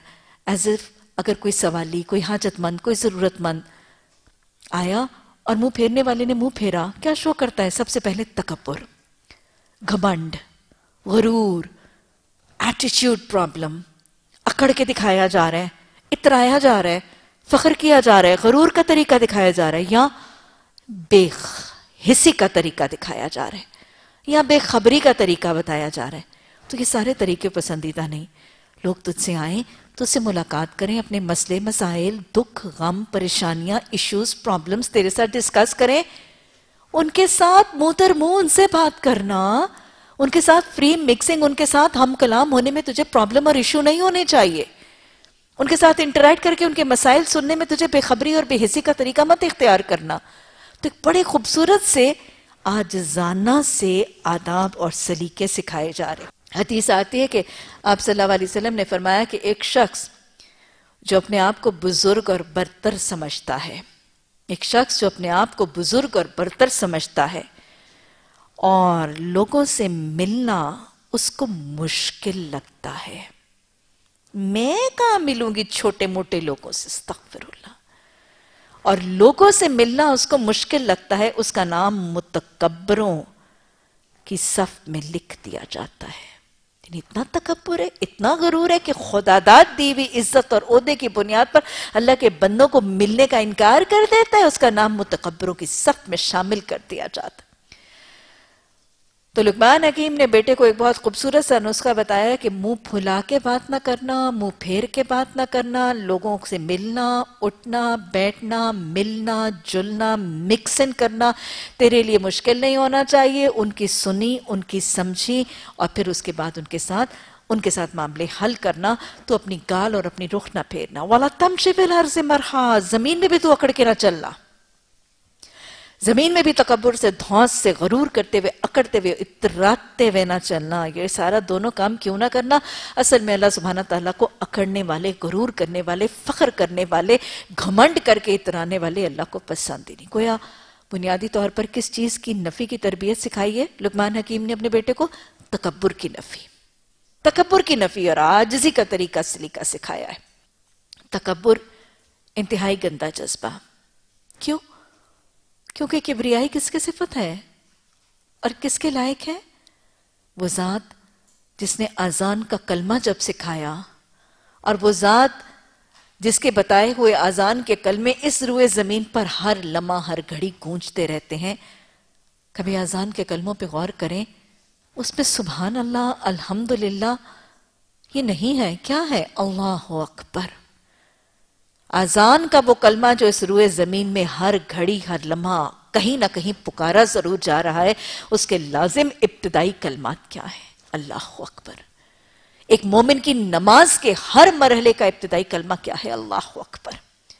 کبریائی اللہ کی ذات ہے، اللہ کو بڑے ہو کر رہنا پسند ہے، اور جو اللہ کے سامنے، ہاں اور یہ بھی یاد رکھیے گا، اللہ کے سامنے کوئی بڑا بننے کی کوشش کر سکتا ہے، بڑا بن نہیں سکتا، لیکن جو بڑا بننے کی کوشش بھی کرتا ہے وہ متکبر ہے اور اللہ کے محبوب بندوں کی سب سے خارج ہے۔ اللہ نے قرآن میں واضح طور پر فرما دیا، ان اللہ لا يحب المتکبرین، تکبر کرنے والے یعنی بڑا بننے کی کوشش کرنے والے سے تو میں محبت کرتا ہی نہیں۔ میرے محبوب بندوں کی صف سے نکل جاتا ہے، میری محبت سے محروم ہو جاتا ہے۔ اللہ کے محبوب بندوں کی صف سے نکل کے بندہ کہاں جائے گا؟ ابا واستکبر وکان من الکافرین، وہ کافروں کی صف میں شامل ہو جاتا ہے۔ اور پھر اللہ کی صف، اللہ کے محبوب بندوں کی صف سے نکل کے کافروں کی صف میں شامل ہو کے وہ کہاں جاتا ہے؟ جو اللہ نے کہا ہے، سوال کیا ہے، الیس جہنم، کیا جہنم متکبروں کے لیے بہترین ٹھکانہ نہیں ہے؟ کیا ان کے لیے کافی نہیں ہے؟ اور حدیث تصدیق کر دیتی ہے کہ جس کے دل میں رائی بھر بھی تکبر ہوگا۔ اللہ نے تو سوال ہی کیا تھا، کیا جہنم تکبر کرنے والوں کے لیے بہترین ٹھکانہ نہیں ہے؟ لیکن محمد صلی اللہ علیہ وسلم نے احسان کر کے بتا دیا کہ کتنا تکبر جہنم میں داخلے کے لیے کافی ہے۔ جس کے دل میں رائی بھر بھی تکبر ہوا، اور آج ہی آپ کو قرآن نے بتایا کہ اللہ رائی کے دانے کو بھی جانتا ہے، جس کے دل میں رائی بھر بھی تکبر ہوا وہ جنت میں داخل نہیں ہوگا۔ اور حدیث نے اس سے بڑا احسان کر دیا کہ متکبرین جہنم میں کیسے ہوں گے وہ نظارہ بھی دکھا دیا۔ ارے دلوں کو محاسبہ کر لیجئے، دلوں میں رائی بھر بھی تکبر ہوا تو حدیث بتاتی ہے کہ قیامت کے دن متکبرین چھوٹی چیونٹیوں کی شکل میں پیدا کیے جائیں۔ بڑا بننے کی کوشش کرتا تھا، تجھے سب سے چھوٹی مخلوق بنایا جائے گا، وہ سب سے چھوٹی مخلوق جو ننگی آنکھ کو نظر آتی ہے تجھے وہ بنا دیا جائے گا۔ متکبرین کو چھوٹی چیونٹیوں کی شکل میں جمع کیا جائے گا، پیدا کیا جائے گا، جمع کرنے کے بعد جہنم کے ایک مقام بولس کی طرف، استغفر اللہ ربی۔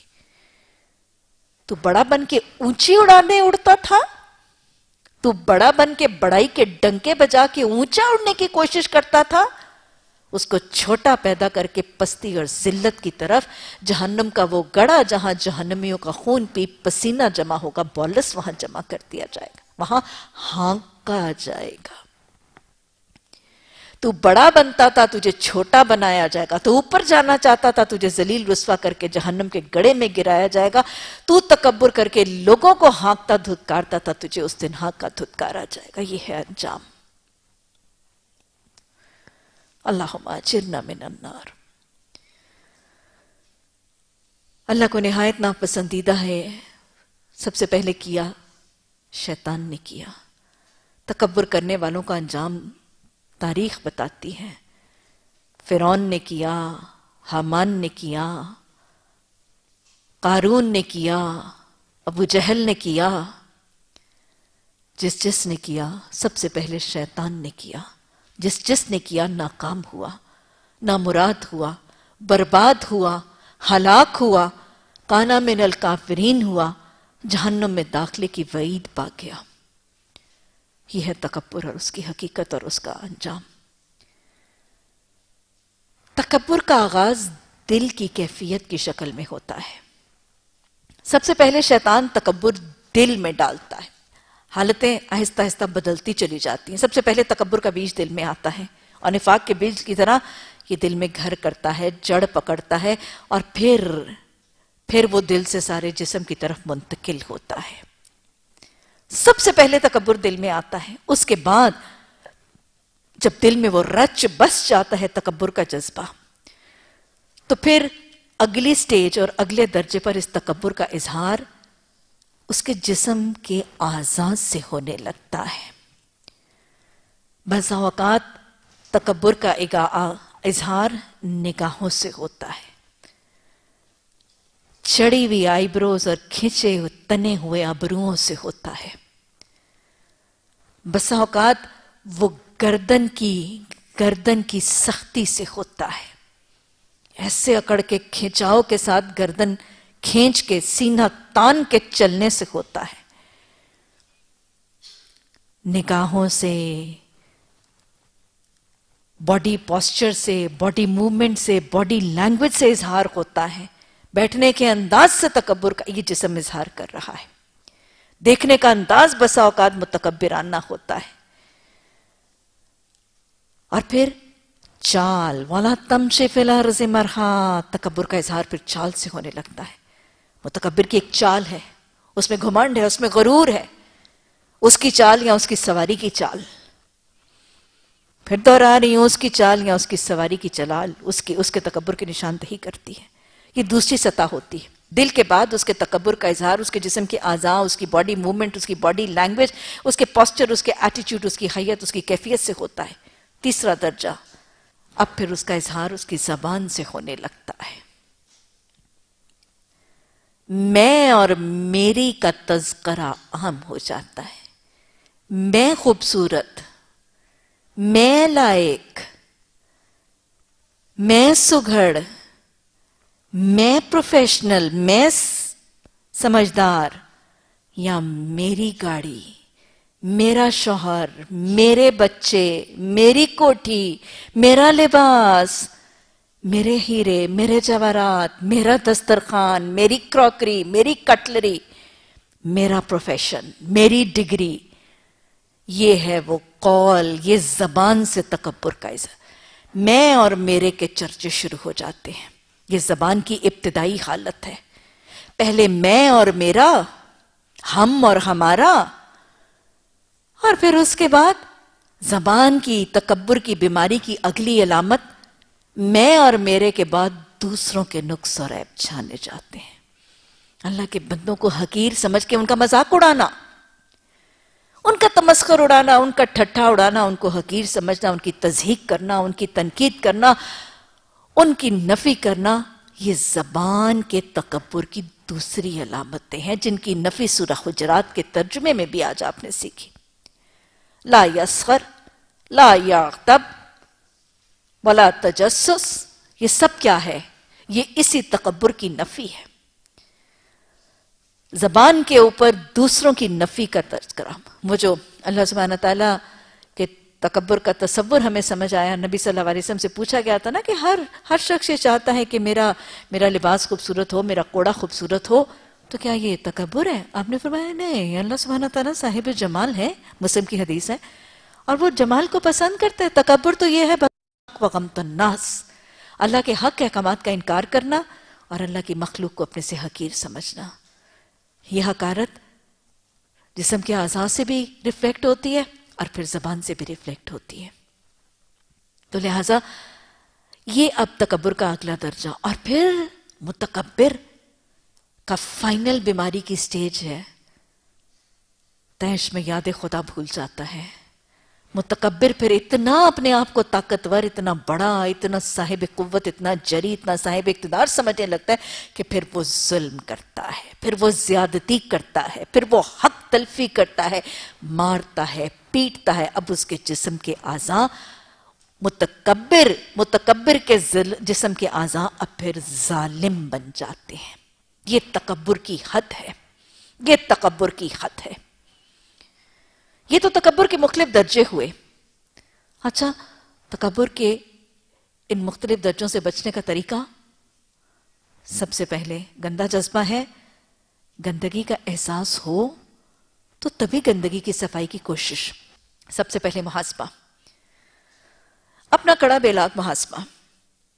کیا مجھے اپنے حسن، اپنے علم، اپنی عبادات، آگے چلنے سے پہلے عبادات اور دینداری کے تکبر کو بھی یاد رکھیے گا. شیطان مختلف طریقوں کے تکبر ڈالتا ہے. کسی کو اس کے حسن اور مال، جہاں جہاں جس کا امکان نظر آتا ہے وہ وہی بیج ڈالے گا. جس کے دل میں مال کی محبت ہے اس کے دل میں مال کا تکبر ڈالے گا. جس کے دل میں دنیا داری کی محبت ہے اس کے دنیا کے عہدے اور کوٹھی کی محبت کا تکبر ڈالے گا. جس کے دل میں دین کے علم کا شوق ہے اس کے دل میں عبادات اور قرآن کے علم کا تکبر ڈال دے گا. عبادات کے تکبر سے بھی بچنا ہے. وہ ایک امام کا اور ان کے بیٹے کا واقعہ دہرائیں. باپ بیٹا ایک قافلے کے ساتھ سفر کی حالت میں ہے. تہجد کا وقت ہے. باپ بیٹا دونوں اللہ کے کرم سے صبح اٹھ جاتے ہیں. تہجد کی نماز کے وقت باپ بھی اور باپ کے ساتھ ان کا بیٹا بھی بیدار ہے. قافلے والے سوئے ہیں. بیٹا تربیت کے ابتدائی مراحل پر ہے. بیٹے نے باپ سے کیا کہا تھا؟ بیٹے نے کہا، ابا جان کتنے بدقسمت لوگ ہیں، اتنی برکت والی گھڑیوں میں برکتیں سمیٹنے کے بجائے خواب خرگوش میں محو ہیں. باپ نے تربیت کر دی تھی. باپ نے کہا تجھ سے 1000 درجے بہتر ہیں، تجھ سے 1000 درجے بہتر ہیں ان اوقات میں جاگ کر تکبر کر کے اپنا ایمان برباد نہیں کر رہے. کہ تجھے تکبر آ رہا ہے کہ میں عبادت گزار، میں اٹھ گیا تو کم از کم سوئے ہیں، تکبر تو نہیں کر رہے. اور مطرف نے کہا، مطرف رحمت اللہ علیہ فرماتے ہیں کہ اگر میں ساری رات سو کے گزاروں اور صبح ندامت کی حالت میں کروں، اگر میں ساری رات سو کے گزاروں اور صبح ندامت کی حالت میں کروں تو یہ مجھے اس سے زیادہ پسند ہے کہ میں رات کو قیام کروں اور صبح غرور کی حالت میں گزاروں. ساری رات سو کے دن ندامت میں گزارنا مجھے زیادہ پسند ہے کس کے مقابلے میں؟ کہ رات میں قیام کر کے دن غرور میں گزاروں. اللہ غرور اور تکبر کی حقیقت کو سمجھنے اور اس سے بچنے کی توفیق عطا فرما. نبی صلی اللہ علیہ وسلم کی سنت کے اندر عاجزی، انکساری اور انکساری کی حد نظر آتی ہے. آپ دیکھیں کہ حبیب خدا ہے محمد صلی اللہ علیہ وسلم، اور کیا فرماتے ہیں؟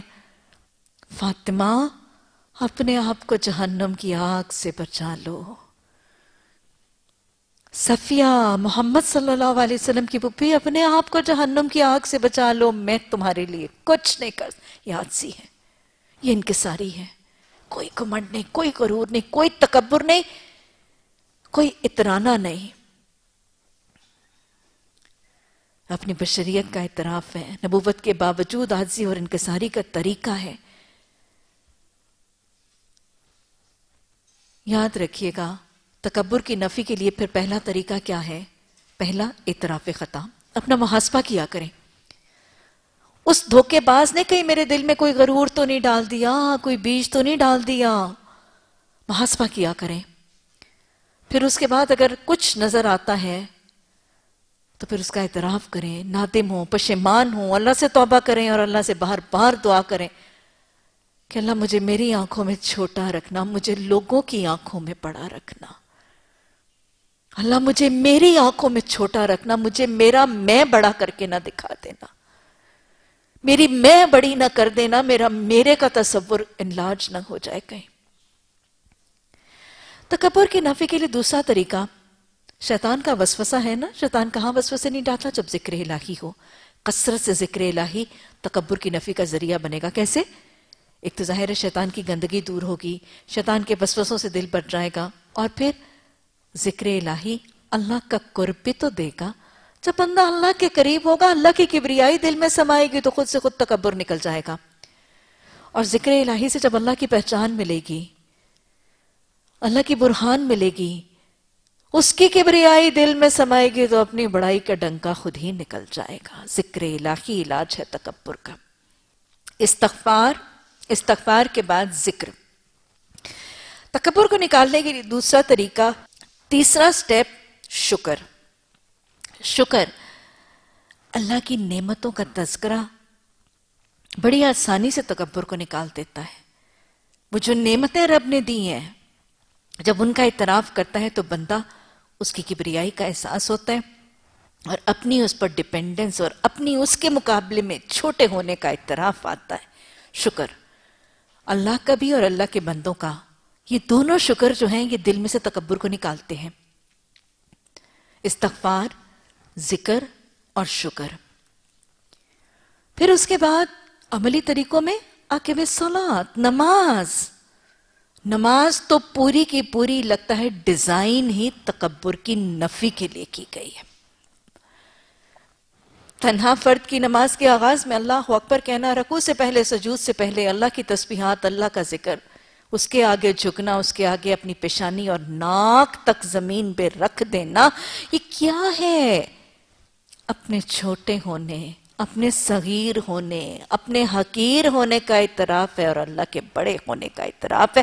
اور پھر بعد جماعت نماز میں مساوات اور برابری اور عدل، ایک ہی صف میں کھڑے ہو گئے محمود و ایاز، یہ مزید عاجزی کی تربیت ہے۔ سجدوں کی کثرت اللہ کا قرب بھی دیتی ہے، تکبر کی نفی بھی کرتی ہے اور عاجزی کا ادب بھی سکھاتی ہے۔ اپنے ہاتھ سے کام کرنا، محنت کی عظمت کا درس پڑھ کے اپنے ہاتھ سے کام کرنا تکبر کی نفی ہے۔ نبی صلی اللہ علیہ وسلم کے ہاں عاجزی اور اپنے ہاتھ سے کام کرنے کا طریقہ کتنا خوبصورت نظر آتا ہے۔ What a beautiful blend. آپ ان دونوں کا رشتہ دیکھیے۔ اللہ کے رسول صلی اللہ علیہ وسلم اپنے دستے مبارک سے اپنی جوتیاں کاٹتے ہوئے، اپنے کپڑوں پر پیوند لگاتے ہوئے، اپنے دستے مبارک سے اپنے گھر کے صحن میں جھاڑو پھیرتے ہوئے، گارا ڈھوتے ہوئے، سب کچھ کرتے ہوئے نظر آ رہے ہیں، پانی اٹھا کے لاتے ہوئے نظر آ رہے ہیں۔ اور پھر صرف آپ ہی نہیں، صحابہ کرام، خلفائے راشدین، حضرت ابو بکر صدیق رضی اللہ تعالیٰ عنہ اپنے کندھے پر خلیفہ ہیں، اپنے کندھے پر کپڑے کی گاٹھیں لادی ہوئی اور بیچتے ہوئے نظر آ رہے ہیں۔ حضرت عمر فاروق کیا کہتے ہیں؟ کہتے ہیں عمر تو کیا تھا؟ لوگوں کی بکریاں چراتا تھا، عمر خطاب کے نام سے جانا جاتا تھا، اب اللہ نے تجھے نوازا، تیرے ہاتھ میں لاٹھی ہوتی تھی تو لوگوں کی بکریاں چراتا تھا، تیرے ہاتھ میں لوگوں کی بکریوں کی دمیں ہوتی تھی تو عمر خطاب کہلایا جاتا تھا، اب تجھے اللہ نے عمر فاروق بنا دیا۔ اللہ کی نعمتوں کا اعتراف، اللہ کے انعامات کا اعتراف۔ اور حضرت عمر بن عبدالعزیز، کام کرنے میں کوئی شرمندگی نہ ہونا، یہ عاجزی لاتا ہے، یہ انکساری لاتا ہے اور دلوں سے تکبر کو دھو کے صاف کر دیتا ہے۔ حضرت عمر بن عبدالعزیز، خون کس کا تھا؟ عمر فاروق ہی کا تو خون ہے، وہیں سے تو نسل چلی ہے۔ خلیفۃ المسلمین، بہت بڑی اسلامی ریاست کے خلیفہ ہیں، بنو امیہ کے گولڈن پیریڈ، سنہری دور جو بنو امیہ کا ہوا، اس سنہری دور میں ہونے والے خلیفہ ہیں۔ رات کا وقت ہے، ایک عالم مہمان پاس موجود ہے، علمی نشست ہے، چراغ گل ہو گیا، خلیفۃ المسلمین اٹھنے لگتے ہیں، امام دوست بٹھا دیتے ہیں اور غلام کو بلاتے ہیں۔ خلیفۃ المسلمین کہتے ہیں اس کو نہ بلاؤ، اس کو نہ تکلیف دو، دن بھر کا سویا ہوا، اب دن بھر کا تھکا ہوا اب سویا ہوگا۔ اللہ کے بندوں کو اپنے سے حقیر نہ سمجھنا، ان کو گوشت پوشت کا جسم کا انسان سمجھنا، ان کی خبرگیری کرنا، ان کے ساتھ حساسیت کرنا، یہ تکبر نکالتا ہے۔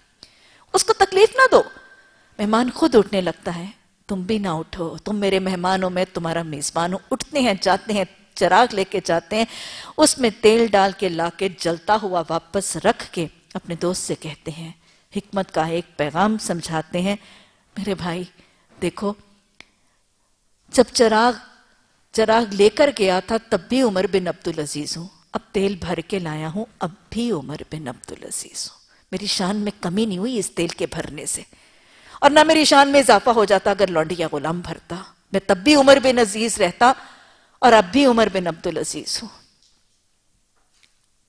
وہ تب بھی عمر بن عبدالعزیز تھے جب لونڈی پنکھا جھل رہی تھی اور سو گئے تھے۔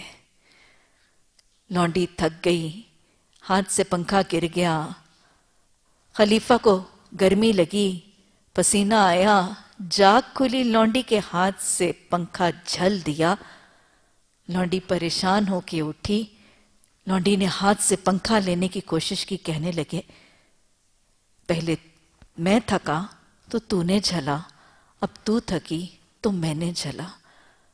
جب لونڈی پنکھا جھل رہی تھی تب بھی عمر بن عبدالعزیز تھے، اور جب لونڈی کو پنکھا جھل رہے تھے تب بھی عمر بن عبدالعزیز تھے۔ یہ ہے وہ عاجزی کا طریقہ، یہ اپنے ہاتھ سے محنت کرنا، کسی کام کسی مشقت سے اپنے آپ کو بلند نہ سمجھنا، میں کروں گی نہیں۔ میں ہمیشہ کہا کرتی ہوں، اپنے ارد گرد، اپنے روٹین کے اندر، اپنے ماحول کے اندر وہ کام آئیڈینٹیفائی کر لیجئے جو آپ کو آپ کی شان کے خلاف لگتا ہے۔ میں یہ کام کروں گی، وہ ضرور کیجئے، تکبر انشاءاللہ نکلے گا۔ جو کام آپ کو لگے کہ یہ میری شان کے برخلاف ہے، یہ میں نہیں کر سکتی، بھائی میں کیسے کروں گی؟ How is it practically possible کہ میں یہ کام کروں؟ اور میں کروں گی تو لوگ کیا کہیں گے؟ جو کام آپ کو شیطان یہ کرا کے دکھائے نا یہ میں نہیں کر سکتی، اس کو ضرور کیجئے، انشاءاللہ اللہ عزی دے گا۔ اور پھر حدیث میں کیا ہے؟ سلام میں پہل کرو، یہ دل سے تکبر کو نکال دیتا ہے۔ دل سے تکبر کو نکالنے کے لیے سلام میں پہل کرنا۔ تو کچھ چھوٹے چھوٹے نسخے کیا بتائے میں نے، پھر دہرائیں، استغفار کرنا، ذکر کرنا، شکر کرنا، نماز، سجدوں کی کثرت، پھر اس کے بعد اپنے ہاتھ سے کام کرنا، محنت کی عظمت، اور پھر اللہ کی کائنات کی بڑائی پر غور کرنا، اپنی ذات کے چھوٹے ہونے پر غور کیا کریں۔ تکبر کو نکالنے کے لیے اللہ کی کائنات، اتنی بڑی زمین، اتنا بڑا آسمان، اور میں اس کے مقابلے میں کیا ہوں؟ اللہ شاید مجھے میری ذات کی حقیقت سمجھا دے۔ اور یاد رکھا کریں کہ جس درخت پر جتنا پھل لگتا ہے، پھل لگنے سے پہلے پھلدار درختوں کی شاخیں آسمان کی طرف اٹھتی ہیں، لیکن جب ایک پھلدار پودے پہ پھل لگ جایا کرتا ہے تو پھر اس کی شاخیں زمین کی طرف جھک جاتی ہیں۔ اپنا محاسبہ کریں اور آپ دیکھ لیجئے کہ اگر تقوی کا پھل، اگر عبادات کے پھل، اعمال صالحہ اور حسن اخلاق کے پھل آپ کے پودے پر لگ چکے ہیں تو زندگی میں عاجزی ضرور ہوگی، اور اگر بھی اعمال صالحہ کے پھل نہیں لگے تو پھر تکبر کا فتور دل میں ضرور ہوگا۔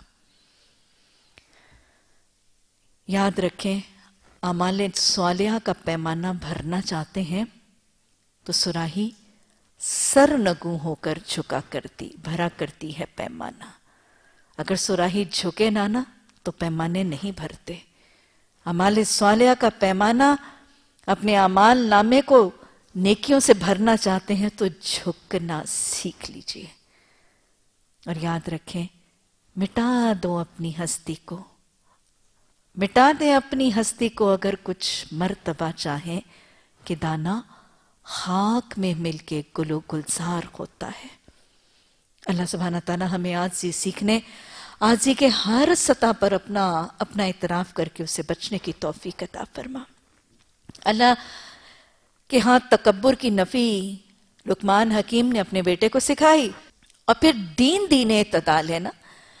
ہمارا دین معتدل دین ہے. پھر ایک اور طریقہ سے کہا ہے اپنی چال میں اعتدال رکھ، یعنی وہاں پہ تیری چال میں تکبر کی نفی کی گئی.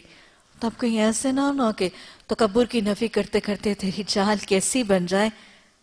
جیسے حضرت عمر رضی اللہ تعالیٰ عنہ نے ایک شخص کو دیکھا اور وہ بالکل بیماروں مریضوں کی طرح لاغر لوگوں کی طرح چل رہا تھا، نگاہیں جھکی ہوئی اور چھوٹے چھوٹے پاؤں قدم اٹھا. حضرت عمر آپ کو پتہ ہے ذرا اگریسو مزاج کے تھے، فوراً کہا کہ اللہ کے بندے کیا تو بیمار ہے؟ تو اس نے کہا کہ نہیں میں تو صحت مند ہوں. تو حضرت عمر نے کہا کہ پھر ایسے چل کے جیسے ایک مومن چلتا ہے، ایسے چل کے تیری چلنے میں تیرے اٹھان میں بھی ایک اعتدال ہو اور ایک وقار ہو. تو لہٰذا بے وجہ سے ایک مریل سی چال، وہ عاجزی کا ایک اوپر اپنے کوڈ طائری کر کے کہ بس اب میں بہت عاجزی ہوں، میں آہستہ آہستہ بولوں گی اور میں نیچے دیکھوں گی، نہیں، وہ ایک ظاہری سی آرٹیفیشل سا وہ اپنے اوپر ایک عاجزی کا طریقہ، وہ بھی اعتدال نہیں ہے. مومن کو اپنا وقار بھی رکھنا. اللہ کے رسول صلی اللہ علیہ وسلم کی چال کیسی ہے؟ ہمیں شمائل ترمذی میں پتہ چلتا ہے کہ اللہ کے رسول صلی اللہ علیہ وسلم جب چلتے تھے تو آپ صلی اللہ علیہ وسلم چھوٹے چھوٹے قدم اٹھاتے تھے لیکن بہت پختگی سے اپنے قدم رکھتے تھے اور بالکل ایسے چلتے تھے جیسے کوئی ڈھلوان کی طرف چل رہے ہیں. اور آپ کی چال کے اندر ایک متانت، ایک وقار، ایک سنجیدگی اور ایک جماؤ اور ٹھہراؤ ہوتا. مطلب مومن چلے تو اس کا وقار اور اٹھان تو نظر آئے نا. آپ کو پتہ ہے کہ جب وہ سعی اور طواف کے ابتدائی مراحل میں اللہ کے رسول صلی اللہ علیہ وسلم نے مسلمانوں کو کیا کہا تھا کہ اپنے احرام میں سے اپنا کندھا بھی کھولو، اپنی جسامت اور اپنی کندھوں کا وہ روب بھی دو اور اکڑ اکڑ کے چلو. اور آپ کو پتہ ہے کہ وہ نبی صلی اللہ علیہ وسلم نے جب اپنی تلوار دی تھی تو حضرت ابو دجانہ نے تلوار لی تھی رسول اللہ صلی اللہ علیہ وسلم سے. آپ صلی اللہ علیہ وسلم نے اپنی تلوار لہرائی ایک غزوے کے موقع پر اور آپ نے فرمایا کہ کون ہے جو آج مجھ سے میری تلوار لے. حضرت زبیر بن عوام بھی آگے بڑھے، حضرت ابو دجانہ بھی آگے بڑھے اور آپ صلی اللہ علیہ وسلم میں ساتھ ہی آگے بڑھنے والوں کو دیکھ کر آپ نے فرمایا کہ مجھ سے میری تلوار وہ لوگ لے گا جو اس کا حق بھی ادا کرے گا، ہے نا. اور حق کیا تھا؟ آج لوگ میرے دین کو ٹیررزم کا دین بناتے ہوئے نظر آ رہے ہیں. آپ نے فرمایا تھا میری تلوار کا حق یہ ہے کہ یہ دشمنوں کی گردنیں کاٹتی چلی جائے، یہ دشمنوں کی گردنیں کاٹتی چلی جائے، دشمنوں کی صفوں کا صفایا کرتی چلی جائے، یہاں تک کہ کثرت قتال کی بنیاد پر اس میں دندانے پڑ جائیں. لیکن دوسرا حق کیا تھا کہ یہ کسی کمزور، کسی بچے، کسی عورت کے خون سے آلودہ نہ کی جائے. یہ دین رسول صلی اللہ علیہ وسلم کی پرامن تعلیمات ہیں. حضرت ابو دجانہ نے بڑھ کے رسول اللہ صلی اللہ علیہ وسلم سے وہ تلوار جب لی تو حضرت ابو دجانہ کیا کر رہے تھے؟ بڑے اکڑ کے چل رہے تھے نا. تو آپ صلی اللہ علیہ وسلم نے کیا فرمایا تھا کہ اللہ کو آج اپنی زمین پر ابو دجانہ کے اکڑ کے چلنے سے زیادہ کسی اور کا اکڑ کے چلنا پسند ہے. تو وہ جو اکڑ اور وہ تکبر دین کا روب دکھانے کے لیے ہے وہ اللہ سبحانہ تعالیٰ کو پسند ہے. اللہ سبحانہ تعالیٰ ہمیں اپنی زندگی میں اعتدال کے ساتھ زندگی گزارنے کی توفیق عطا فرما. اللہ نے فرمایا کہ اپنی چال میں اعتدال رکھ اور کیا کر؟ اپنی آواز ذرا پست رکھ. چلیں پڑھیں. واغدد نیچے کر، غین زواد زواد. غین زواد زواد کا مطلب نیچا کر لے، ہلکا کر لے، کم کر لے، پست کر لے. مسلمان کو ایک وائس کنٹرول بٹن سکھایا جا رہا ہے. یہ جو تم گلے پھاڑ پھاڑ کے بولتے ہو، کیسے بولو؟ اپنی آواز کو ہلکا کر لو. کیسا ہلکا کر لو؟ وہی جو میں نے کہا تھا اس میں سورہ نور میں بھی کہہ رہی تھی اپنی نگاہوں کو جھکا لو. تو میں نے تب بھی آپ کو کہا تھا کیا اس کا مطلب حکم کا اطلاق ہی ہو گیا کہ اللہ کہہ رہے ہیں کہ بس اب نگاہیں نیچی کر کے اب تم چل نہیں سکتے، ٹھوکرے لگے جو مرضی. ہاں، اب اس کا مطلب ہے کہ اپنی آوازوں کو ہمیں نیچا کرنا ہے اور ہر وقت ہی بس اب بالکل ہی من من کر کے بولنا ہے. یہ حکم ہے؟ نہیں نا. کیا حکم ہے؟ بیچ میں پھر من آ رہا ہے. ساری آوازوں کو نہیں. واغدد من صوتک، ساری آوازوں کو نہیں، اپنی آوازوں میں سے. من تبعیض کا من ہے، بعض آوازوں کو آوازوں میں سے نیچا کر لو. ساری آوازوں کو نہیں. کون سی؟ کچھ آوازیں جو انپلیزنٹ ہیں، جو انوانٹڈ ہیں، جو ڈس لائکڈ ہیں، جو پسندیدہ نہیں ہے، جو مکروہ ہے. کون کون سی آوازیں؟ منافق کی آواز. ہاں، کون سا؟ وَإِذَا خَاصَمَا فَجَرَا، جب وہ لڑائی کرتا ہے تو پھٹ پڑتا ہے. جب لڑائی میں تم چیختے ہو، تم چنگھاڑتے ہو، تم شاؤٹ کرتے ہو، تم یل کرتے ہو تو وہ جو تم لڑائی میں چیخنے چنگھاڑیوں کی آوازیں بہت اونچی طرح سے کرتے ہو، اپنی ان لڑائی اور جھگڑے کی آوازوں کو وائس کنٹرول کا بٹن گھما کے کیا کرو، لڑائی اور جھگڑے کی آوازوں کو آہستہ کر دو۔ اس کے بعد کیا کرو، کون سی آوازوں کو؟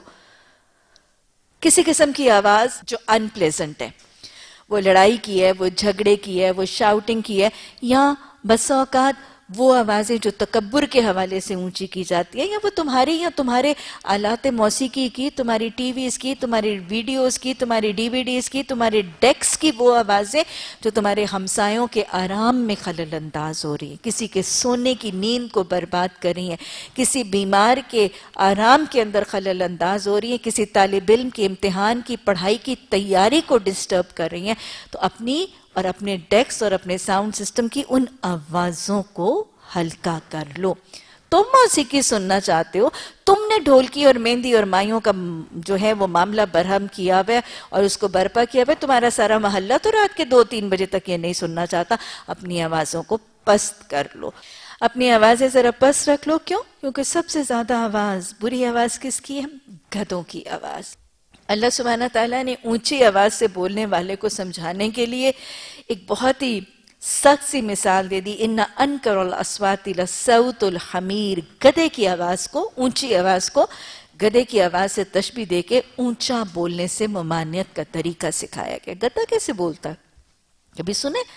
گدھا جب بولتا ہے اور جب لے میں آ کے بولتا ہے تو سب سے پہلے ایک تو بولتا بہت اونچا ہے اور پھر بولتا ہے بہت ہی بھونڈے طریقے سے، اور اس کو اپنے بھونڈی آواز کا احساس بھی نہیں ہوتا، اس بھونڈی آواز میں بولتا ہے اور پھر بولتا چلا جاتا ہے۔ اور آپ نے دیکھا ہوگا یہ گدھے کو جتنا مارے نا چپ کرانے کے لیے وہ اور زیادہ بولتا ہے اور اس کی آواز اور اونچی ہوتی چلی جاتی، اور پھر گدھا جب بولتا ہے نا وہ اپنی شکل بھی بہت بگاڑتا ہے۔ کبھی غور کیجئے گا، میں نے ایک دفعہ ایک ویڈیو کلپ دیکھی تھی جس میں گدھا فل اس میں تھروٹل بول رہا ہے اور بول رہا ہے، اس کی شکل بھی عجیب طریقے سے، اس کے دانت بھی نکل آتے ہیں اور ایک عجیب سی اس کی شکل بن جاتی۔ اب جب غصے میں ہوں گے تو ذرا آئینہ اپنے سامنے رکھ کے اپنی آوازوں، اپنے ساؤنڈ کنٹرول اور اپنے ایکسپریشنز کا جائزہ لیجئے گا۔ اللہ نے مجھے اور آپ کو پیغام پہنچا دیا، اِنَّ أَنْكَرَ الْأَصْوَاتِ لَصَوْتِ الْحَمِيرِ۔ یہاں پہ پورے کا پورا وہ واعظ اور نصیحت جو لقمان حکیم نے اپنے بیٹے کو ان کے اخلاق، ان کے معاملات، ان کے عقیدے اور ان کی عبادات کے حوالے سے کی، وہ اللہ سبحانہ تعالیٰ نے سمجھا دی۔ اللہ سبحانہ تعالیٰ بنیادی طور پر سورہ لقمان میں سمجھانا کیا چاہتے ہیں؟ بنیادی خلاصہ کیا ہے؟ اللہ سبحانہ تعالیٰ بتانا یہ چاہ رہے ہیں کہ دیکھو میری ایک حکمت والی کتاب ہے، تمہیں فلاح اور ہدایت کے نسخے سکھاتی ہے، مجھے اور میرے کلام کی باتوں کو ماننے کے بعد ان کی ماننے لگو گے تو تمہیں فلاح مل جائے گی اور تم محسن بن جاؤ گے۔ ایک اس کو محمد صلی اللہ علیہ وسلم کے دور کے طریقے سے لغو الحدیث سے مقابلہ بتا کے اللہ نے بات سمجھائی، پھر ماضی کی ایک روداد کہ لقمان حکیم نے یہ طریقہ سمجھایا، اور پھر اللہ کا ایک اور طریقہ، وہی بات اور وہی اصول، کائنات کی نشانیاں، اور پھر مستقبل کے حالات۔ تو اگلے کچھ رکوعات میں یہی اصل جو سمری ہے اس کو بتانے کے لیے اب دو اگلے طریقے کائنات کی نشانیوں سے اللہ بات سمجھا رہے ہیں۔ کیا تم لوگ دیکھتے نہیں ہو اللہ نے زمین اور آسمان کی ساری چیزیں تمہارے لیے مسخر کر رکھی ہیں؟ یعنی اللہ نے ساری اللہ کی پابندی اور اطاعت کرتی ہیں اور ان کو تمہارا مطیع فرمان بنایا، تو پھر تم کس کی اطاعت کرو؟ یہ سب ہے تیرے لیے اور تو ہے اپنے خدا کے لیے۔ اپنی کھلی چھپی نعمتیں تم پر تمام کر دی ہیں، اس حال پر کہ انسانوں میں سے کچھ لوگ ہیں جو اللہ کے بارے میں جھگڑتے ہیں بغیر اس کے کہ ان کے پاس کوئی علم ہو یا ہدایت یا کوئی روشنی دکھانے والی کتاب، اور جب ان سے کہا جاتا ہے کہ پیروی کرو اس چیز کی جو اللہ نے نازل کی ہے تو کہتے ہیں ہم تو اسی چیز کی پیروی کریں گے جس پر ہم نے اپنے باپ دادا کو پایا۔ کیا یہ انہی کی پیروی کریں گے؟ ہاں، شیطان ان کو بھڑکتی ہوئی آگ کی طرف کیوں نہ بلاتا ہو۔ جو شخص اپنے آپ کو اللہ کے حوالے کر دے اور وہ عملاً نیک بھی ہو، اس نے فی الواقع ایک بھروسے کے قابل سہارا تھام لیا۔ اللہ یہ سہارا تھامنے کی توفیق عطا فرما، اور سارے معاملات کا آخری فیصلہ اللہ ہی کے تو ہاتھ میں ہے۔ اب جو کفر کرتا ہے اس کا کفر تمہیں غم میں مبتلا نہ کرے، انہیں پلٹ کر آنا تو ہماری ہی طرف ہے نا، پھر ہم انہیں بتا دیں گے کہ وہ کیا کچھ کر کے آئے ہیں۔ یقیناً اللہ سینوں کے چھپے ہوئے راز تک جانتا ہے۔ ہم تھوڑی مدت انہیں دنیا میں مزے کرنے کا موقع دے رہے ہیں، پھر ان کو بے بس کر کے ایک سخت عذاب کی طرف کھینچ لے جائیں گے۔ اگر تم ان سے پوچھو کہ زمین اور آسمان کو کس نے پیدا کیا تو یہ ضرور کہیں گے اللہ نے. کہو الحمدللہ. یہ کیوں کہا جا رہا ہے یہاں پہ الحمدللہ کہ اللہ کی طرف سے نافرمان مشرک اللہ کی سرکشی کرنے والوں کو پوچھا گیا کہ بتاؤ سب کس نے بنایا؟ تو وہ کہتے ہیں اللہ نے. تو الحمدللہ چلو شکر ہے سمجھ تو آئی الحمدللہ. لیکن ساتھ ہی اعتراض مگر ان میں سے اکثر لوگ جانتے نہیں ہیں آسمانوں اور زمینوں میں جو کچھ ہے اللہ کا ہے. بے شک اللہ بے نیاز اور آپ سے آپ محمود ہے. زمین میں جتنے درخت ہیں اگر وہ سب کے سب قلم بن جائیں سمندر دوات بن جائے جسے ساتھ مزید سمندر روشنائی مہیا کریں تب بھی اللہ کی باتیں لکھنے سے ختم نہیں ہوگی. یہ میرا رب ہے, یہ میرا رحمان ہے, یہ میرا خالق ہے جس کی باتیں کس چیز کی باتیں؟ اس کی ذات کی باتیں, اس کی صفات کی باتیں, اس کے اختیارات کی باتیں, اس کے احکامات کی باتیں, اس کے حلال اور حرام کی باتیں, اس کی رضا اور اس کی ناراضگی کی باتیں, اس کی جنت اور دوزخ کے قصوں کی باتیں, اور پھر سب سے بڑھ کے اس کے انعامات کی باتیں, اس کی نعمتوں کی باتیں. کیا اللہ سبحانہ تعالیٰ نے مجھے جتنی نعمتوں سے نوازا ہے اسی کے تذکرے میں لکھنے لگوں تو کیا ان کا تذکرہ مکمل ہو سکتا ہے؟ ایک آنکھ کے اندر اللہ سبحانہ تعالیٰ نے جتنی نعمتیں رکھی اس ایک آنکھ پر ہی کتابوں کی کتابیں لکھی گئیں, لیکن ان کی اناٹمی مکمل نہیں ہوتی, اس کی فزیولوجی مکمل نہیں ہوتی, اس کی پیتھولوجی مکمل نہیں ہوتی.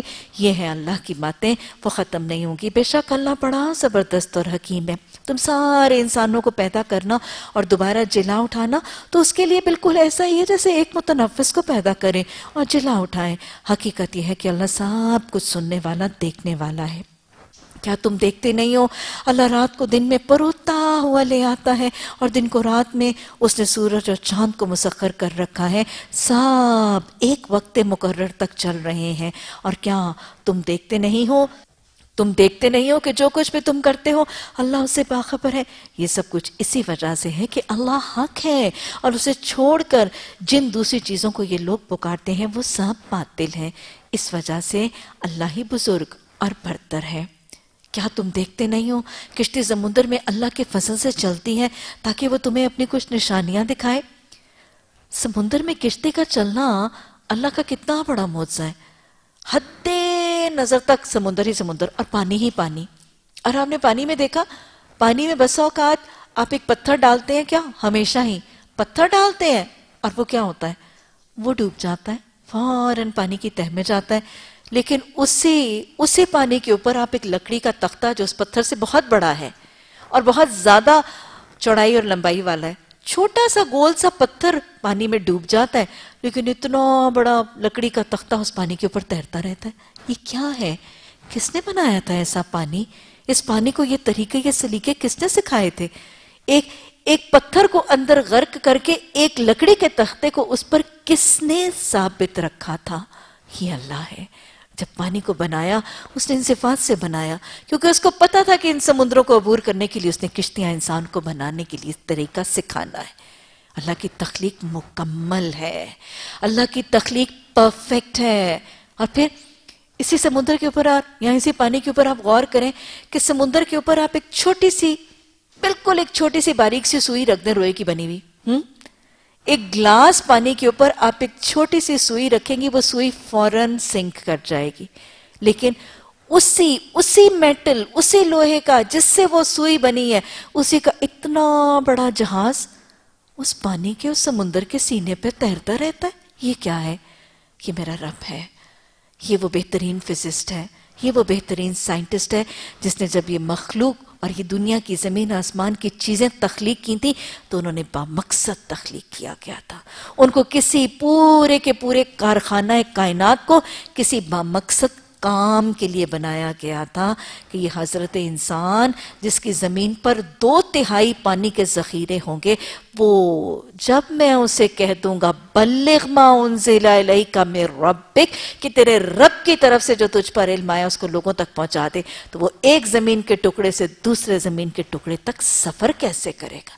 ایک زمین کے ٹکڑے پر میرا نظام نافذ کرنے کے بعد دوسرے زمین کے ٹکڑے تک پہنچے گا کیسے؟ میں اس سمندر کو اس کا تابع بنا دوں, اس کی کشتی کا تابع بنا دوں, اس کے جہازوں کا معاون بنا دوں, اور پھر میں ہواؤں کو اڑانے کا طریقہ سکھا دوں. اللہ ہمیں اپنی پہچان عطا فرما۔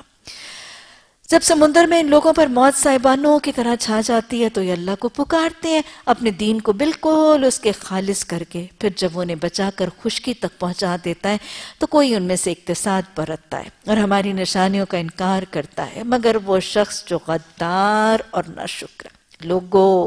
لوگوں بچو اپنے رب کے غضب سے اور ڈرو اس دن سے جبکہ کوئی باپ اپنے بیٹے کی طرف سے بدلہ نہیں دے گا۔ جتنا باپ کو بیٹا عزیز ہے اس سے زیادہ کوئی اور کسی کو ہو سکتا ہے؟ جتنا ماں کو بیٹا اور بیٹی عزیز ہے، لیکن اللہ فرماتا ہے قیامت کا دن وہ دن ہوگا کہ باپ اپنے بیٹے کو بدلہ نہیں دے گا، اور آگے جا کے ہم پڑھیں گے جس دن ایک ماں اپنے دودھ پیتے بچے سے غافل ہوگی۔ یہ ہے وہ قیامت کا دن کہ جس دن نہ باپ بیٹے کو بدلہ دے گا، نہ ماں کو بچے کی ہوش رہے گی۔ اور یاد رکھیے گا، ماں کو بھی سب سے زیادہ ہوش اپنے چلتے پھرتے کمائی کرنے والے بیٹے کے مقابلے میں اپنے دودھ پیتے بچے سے وہ ماں غافل نہیں ہو سکتی۔ وہ ماں اپنے دودھ پیتے بچے سے غافل ہوگی۔ اللہ اس آخرت کے دن کی فکر عطا فرما دے۔ اللہ وہ دن جو بچوں کو بوڑھا کر دے گا، جو ماؤں کو اولادوں سے غافل کر دے گا، جو باپوں کو بیٹوں کو بدلہ دینے سے روک دے گا، اللہ اس دن کی فکر عطا فرما دے۔ اللہ فکر آخرت عطا فرما۔ اللہ دنیا کے فکروں سے غنی کر کے اللہ ہمیں آخرت کا غم عطا فرما دے۔ نہ کوئی بیٹا اپنے باپ کی طرف سے کچھ بدلہ دینے والا ہوگا۔ فی الواقع اللہ کا وعدہ سچا ہے۔ یہ دنیا کی زندگی تمہیں دھوکے میں نہ ڈالے، اور نہ وہ بڑا دھوکے باز تمہیں اللہ کے معاملے میں دھوکہ دے لے۔ اور واقعی شیطان دھوکہ دے جاتا ہے۔ کیسے کیسے دھوکہ دیتا ہے؟ کسی کو اس کی نیکیاں ہی بڑی کر کے دکھا دیتا ہے، اس کو اس کی نیکیوں کا ہی غرور دلا دیتا ہے، اس کو اس کی عبادتیں بڑی کر کے دکھا دیتا ہے۔ وہ جو اللہ نے قرآن میں کہا تھا کہ اس نے کہا تھا کہ میں دائیں بائیں آگے پیچھے سے آؤں گی، یہی تو کرتا ہے شیطان۔ کیسے کیسے دھوکے دیتا ہے۔ بس اوقات شیطان اس کو اس کی نیکیاں بڑی اچھی بلی تو تم نیکوکار ہو، بس اوقات لوگوں کے گناہ دکھاتا ہے، بس اوقات شیطان یہ کہتا ہے لو اتنے بڑے گناہ گار ہیں، اتنے بڑے اللہ کے نافرما بردار ہیں، معاشرہ بھرا پڑا ہوا ہے ان خواتین کے ساتھ جو بال کھول کے پھر رہی ہیں، انہوں نے بھی تو کچھ کرنا ہے نا، ان کا بھی تو کچھ بنے گا نا، اچھا جو ان کا بنے گا تو بھی وہی بنا لیں۔ استغفر اللہ ربی۔ شیطان ایسی باتیں سکھا دیتا ہے، تو بہتوں سے اچھی ہے، تو اب بہت پہلے سے بہتر ہے۔ اور پھر شیطان یہ بھی سکھا دیتا ہے کوئی نہیں، جوانی کے 4 دن ہے، بڑھاپے میں تو بھی بخشش مانگ لینا، کوئی نہیں، اللہ بڑا غفور اور رحیم ہے، اللہ سب کو بخش دے گا۔ پھر شیطان کسی کو یہ سمجھا دیتا ہے تو امتی ہے، امتی کہتے نکل جائے گا۔ کسی کو شیطان یہ سمجھا دیتا ہے ابھی بڑی عمر پڑی ہے تو توبہ کر لینا۔ کسی کو شیطان یہ سمجھا دیتا ہے رب الودود ہے، ماں سے زیادہ محبت کرتا ہے، ماں کسی کو جہنم میں نہیں ڈال سکتی، اللہ تجھے بھی جہنم میں نہیں ڈالے گا۔ شیطان کے اپنے طریقے اللہ فرما رہا ہے، وہ دھوکے باز تمہیں دھوکے میں نہ ڈلنے پائے۔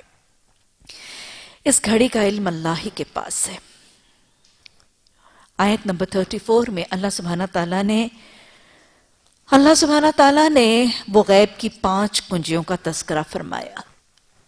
عالم الغیب، غیب کو جاننے والا اللہ ہی ہے۔ علام الغیوب میرے رب ہی کی صفت ہے۔ غیب کا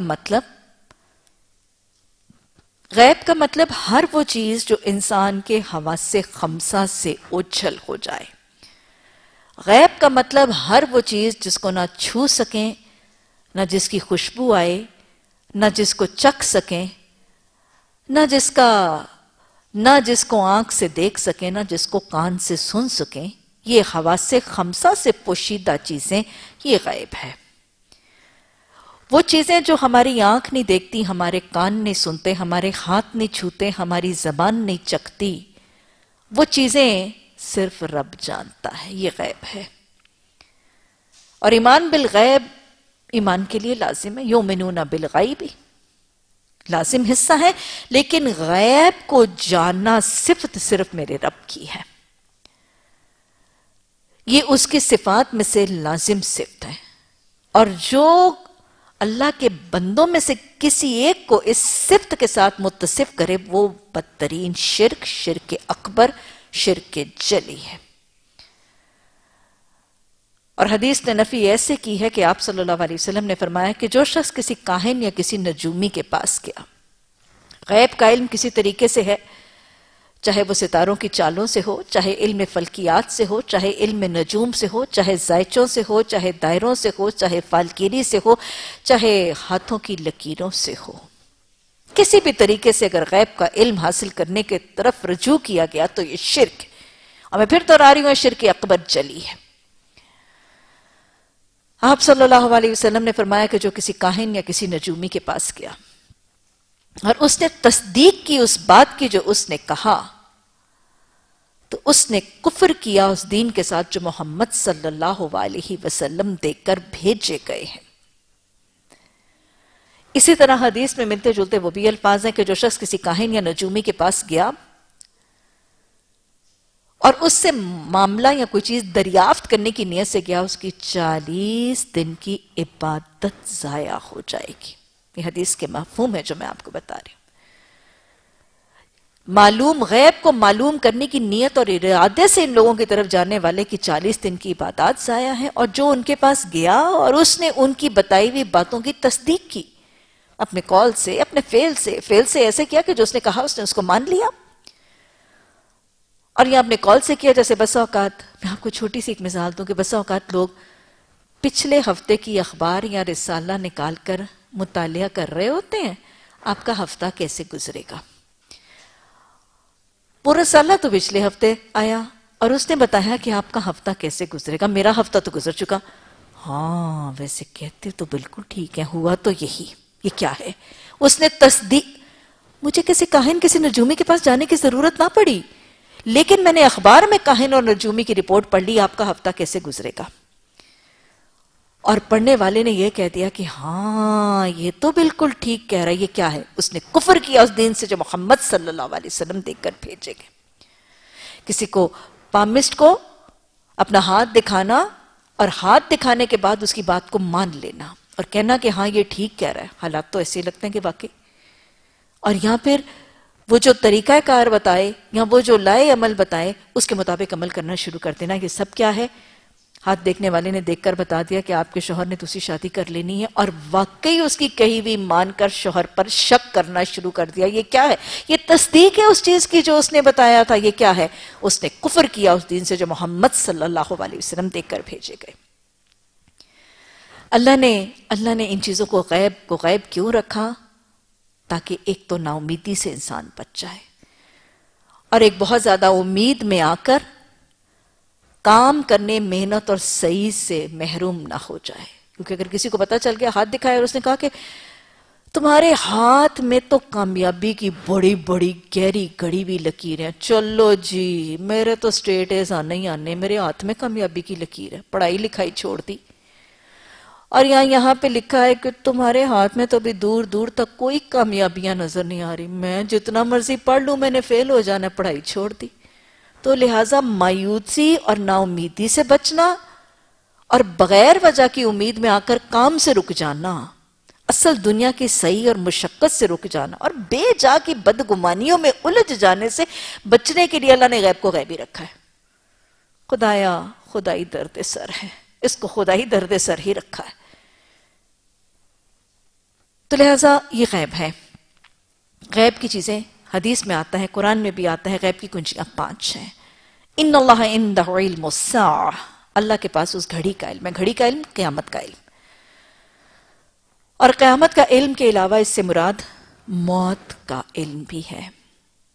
آگے بھی آتا ہے وَمَا تَدْرِي نَفْسٌ بِأَيِّ أَرْضٍ تَمُوتُ، کسی جان کو نہیں پتا کہ کس زمین پر کب کہاں کیسے موت آنی ہے۔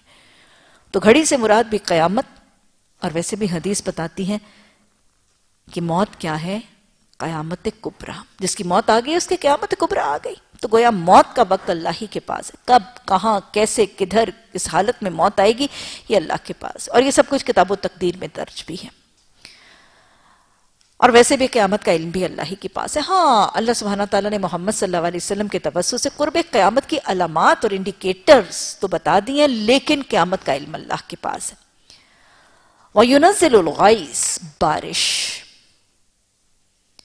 بارش کا علم کب ہوگی، کتنی ہوگی، کیسی ہوگی، بجلی چمکے گی، ہوائیں آئیں گی، بادل گرجیں گے، اولے برسیں گے، برف باری ہوگی، یالہ باری ہوگی، کتنی بارش برسے گی، کتنی دیر برسے گی، کتنا پانی اترے گا، وہ پانی منو ٹنوں کہاں جائے گا، کتنا زیر زمین جائے گا، کتنا سوتے نالوں میں جائے گا، یہ سب اندازہ، کتنے گیلنز، کتنے من ٹن برسے گا، یہ سب اندازہ اللہ کے پاس ہے۔ انسان آج اپنے میٹرولوجیکل ڈپارٹمنٹ اور آج محکمہ موسمیات کے جو آلات ہیں، سائنٹیفک آلات ہیں، ان کے حوالے سے ان چیزوں کا تعین تو کچھ محدود حد تک کیا جا سکتا ہے، اور یاد رکھیے گا یہ شرک نہیں ہے، کیونکہ آج کے سائنٹیفک آلات اگر کچھ بارش کا آنا یا ہواؤں کا آنا یا کچھ ایسی مانسون ونڈز کے آنے یا جانے کے بارے میں پریڈکٹ کرتے ہیں تو وہ غیب نہیں ہوتا، وہ آلہ آنکھ سے وہ چیز دکھا رہا ہوتا ہے، وہ غیب نہیں ہوتا۔ تو لہٰذا چونکہ غیب نہیں ہے اور وہ محکمہ موسمیات کے لوگ اپنے سائنٹیفک آلات سے ایکچولی آنکھوں سے اس کا مشاہدہ کر رہے ہوتے ہیں، تو لہٰذا چونکہ وہ غیب نہیں ہوتا تو وہ شرک نہیں ہے۔ اینڈ مور اوور، اگر ایک محکمہ موسمیات اپنے ان سائنٹیفک مشاہدات کی بنیاد پر اور اس کی آبزرویشن کی بنیاد پر اگر کوئی چیز بتاتا بھی ہے تو وہ کتنا پرفیکٹ ہے؟ اول تو وہ اکثر غلط، اور اگر وہ غلط نہیں بھی ہے تو وہ بڑی ایک چھوٹا سا دائرہ کا کل بارش آئے گی، بس اس سے زیادہ پریڈکشن نہیں ہوتی، کتنی دیر آئے گی، کیسی آئے گی، کب تک آئے گی، کتنا بارش برسے گا، اس میں آندھی طوفان کیا کس کیفیت کا ہوگا، کچھ پتہ نہیں۔ تو لہٰذا یہ شرک نہیں ہے اگر محکمہ موسمیات کے موسم کی پریڈکشنز کی طرف رجوع کیا جائے گا تو یہ شرک نہیں ہے۔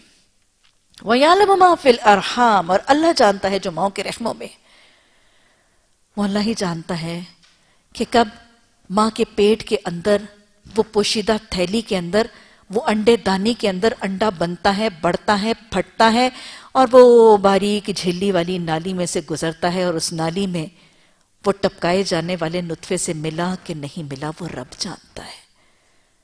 کوئی ماں نہیں جانتی، کوئی باپ نہیں جانتا، خواہش و آرزوؤں کے باوجود نہیں جانتا، کوئی دعا کرنے والا نہیں جانتا، کوئی ڈاکٹر نہیں جانتا، کوئی کنسلٹنٹ نہیں جانتا، یہ رب جانتا ہے، اور وہ ملنے والا ملتا بھی اس کے حکم سے۔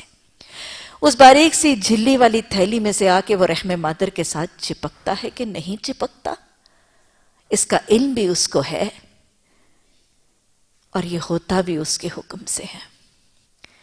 وہ چپکنے والے اس چھوٹے سے جنین کو خوراک ملی کہ نہیں ملی، کیسی ملی کیسی نہیں ملی، وہ بڑھا کہ وہ نہ بڑھا، وہ 4 خلیے ٹوٹ کے 8 بنے، 32 بنے کہ نہیں بنے، وہ وہی جانتا ہے۔ جس کے رحم میں یہ خلیے بڑھ رہے ہیں وہ ماں نہیں جانتی، وہ باپ نہیں جانتا، وہ نانی دادی کتنی پڑھی ہوئی کتنی لائق کیوں نہ ہو وہ نہیں جانتی، وہ جانتا رب ہے۔ اللہ اپنے علاوہ اور کسی کا محتاج نہ رکھنا۔ اس ماں کے پیٹ کے اندر، رحم مادر کے اندر وہ خوراک پا بھی رہا ہے کہ نہیں پا رہا، وہ پنپا، وہ خشک ہوا، وہ سوکھا، وہ نہ سوکھا، وہ اللہ جانتا ہے۔ وہ بڑھتا ہے، وہ پھلتا ہے، وہ پھولتا ہے، اس کے اعضاء درست ہے، اس کا دل درست ہے، اس کے گردے، اس کی کلیجی درست ہے کہ نہیں، وہ سب رب جانتا ہے۔ اس رحم مادر کے 3 پردوں کے اندر وہ پانی کی میعاد کتنی ہے، کیسی ہے، کوئی نہیں جانتا، وہ صرف رب جانتا ہے۔ وہ حمل کب وضع ہوگا، وہ کب بچہ جنا جائے گا، وہ بچہ جنا جانے والا تندرست اعضاء کا ہوگا، صحیح ذہن کا ہوگا، صحیح خون کی نالیوں اور شریانیوں والا ہوگا، یہ صرف رب جانتا ہے۔ کوئی بہترین سے بہترین ڈاکٹر، کوئی سکسیسفل سے سکسیسفل گائنیکالوجسٹ اور آبسٹیشن ہاتھ رکھ کے ایک قیافہ، ایک اندازہ تو بتا سکتا ہے، لیکن بچے کے جننے کا وقت ماہر سے ماہر ڈاکٹر بتا نہیں سکتا۔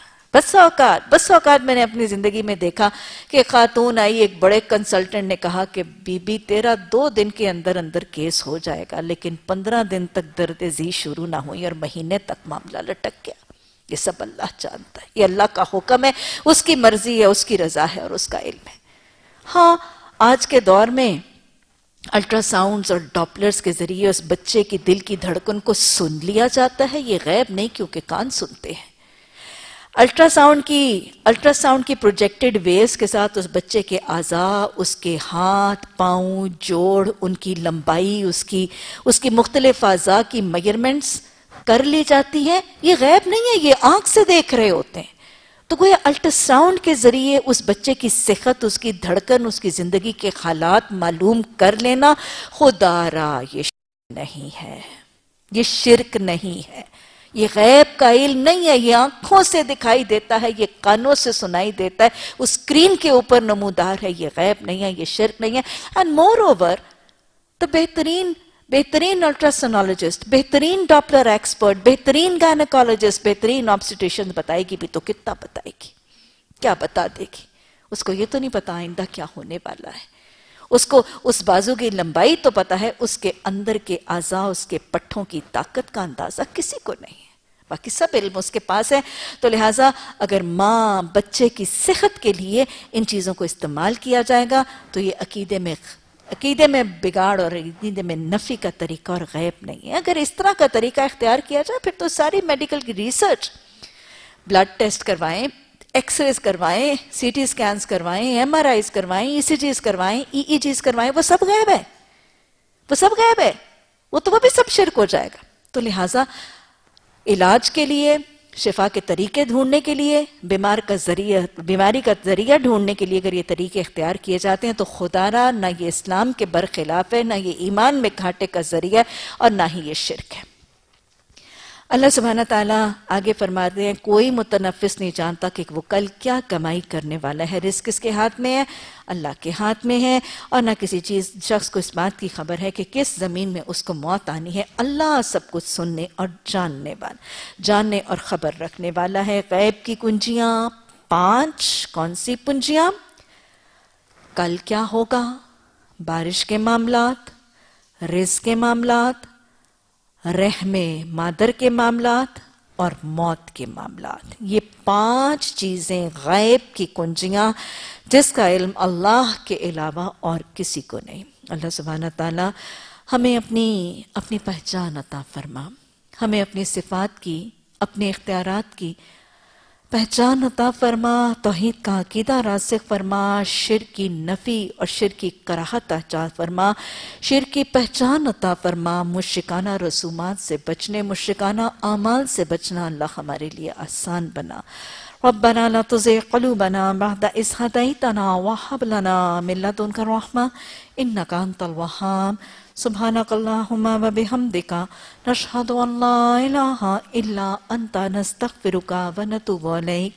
سبحان ربك رب العزة عما يصفون وسلام على المرسلين والحمد لله رب العالمين. آمين ثم آمين.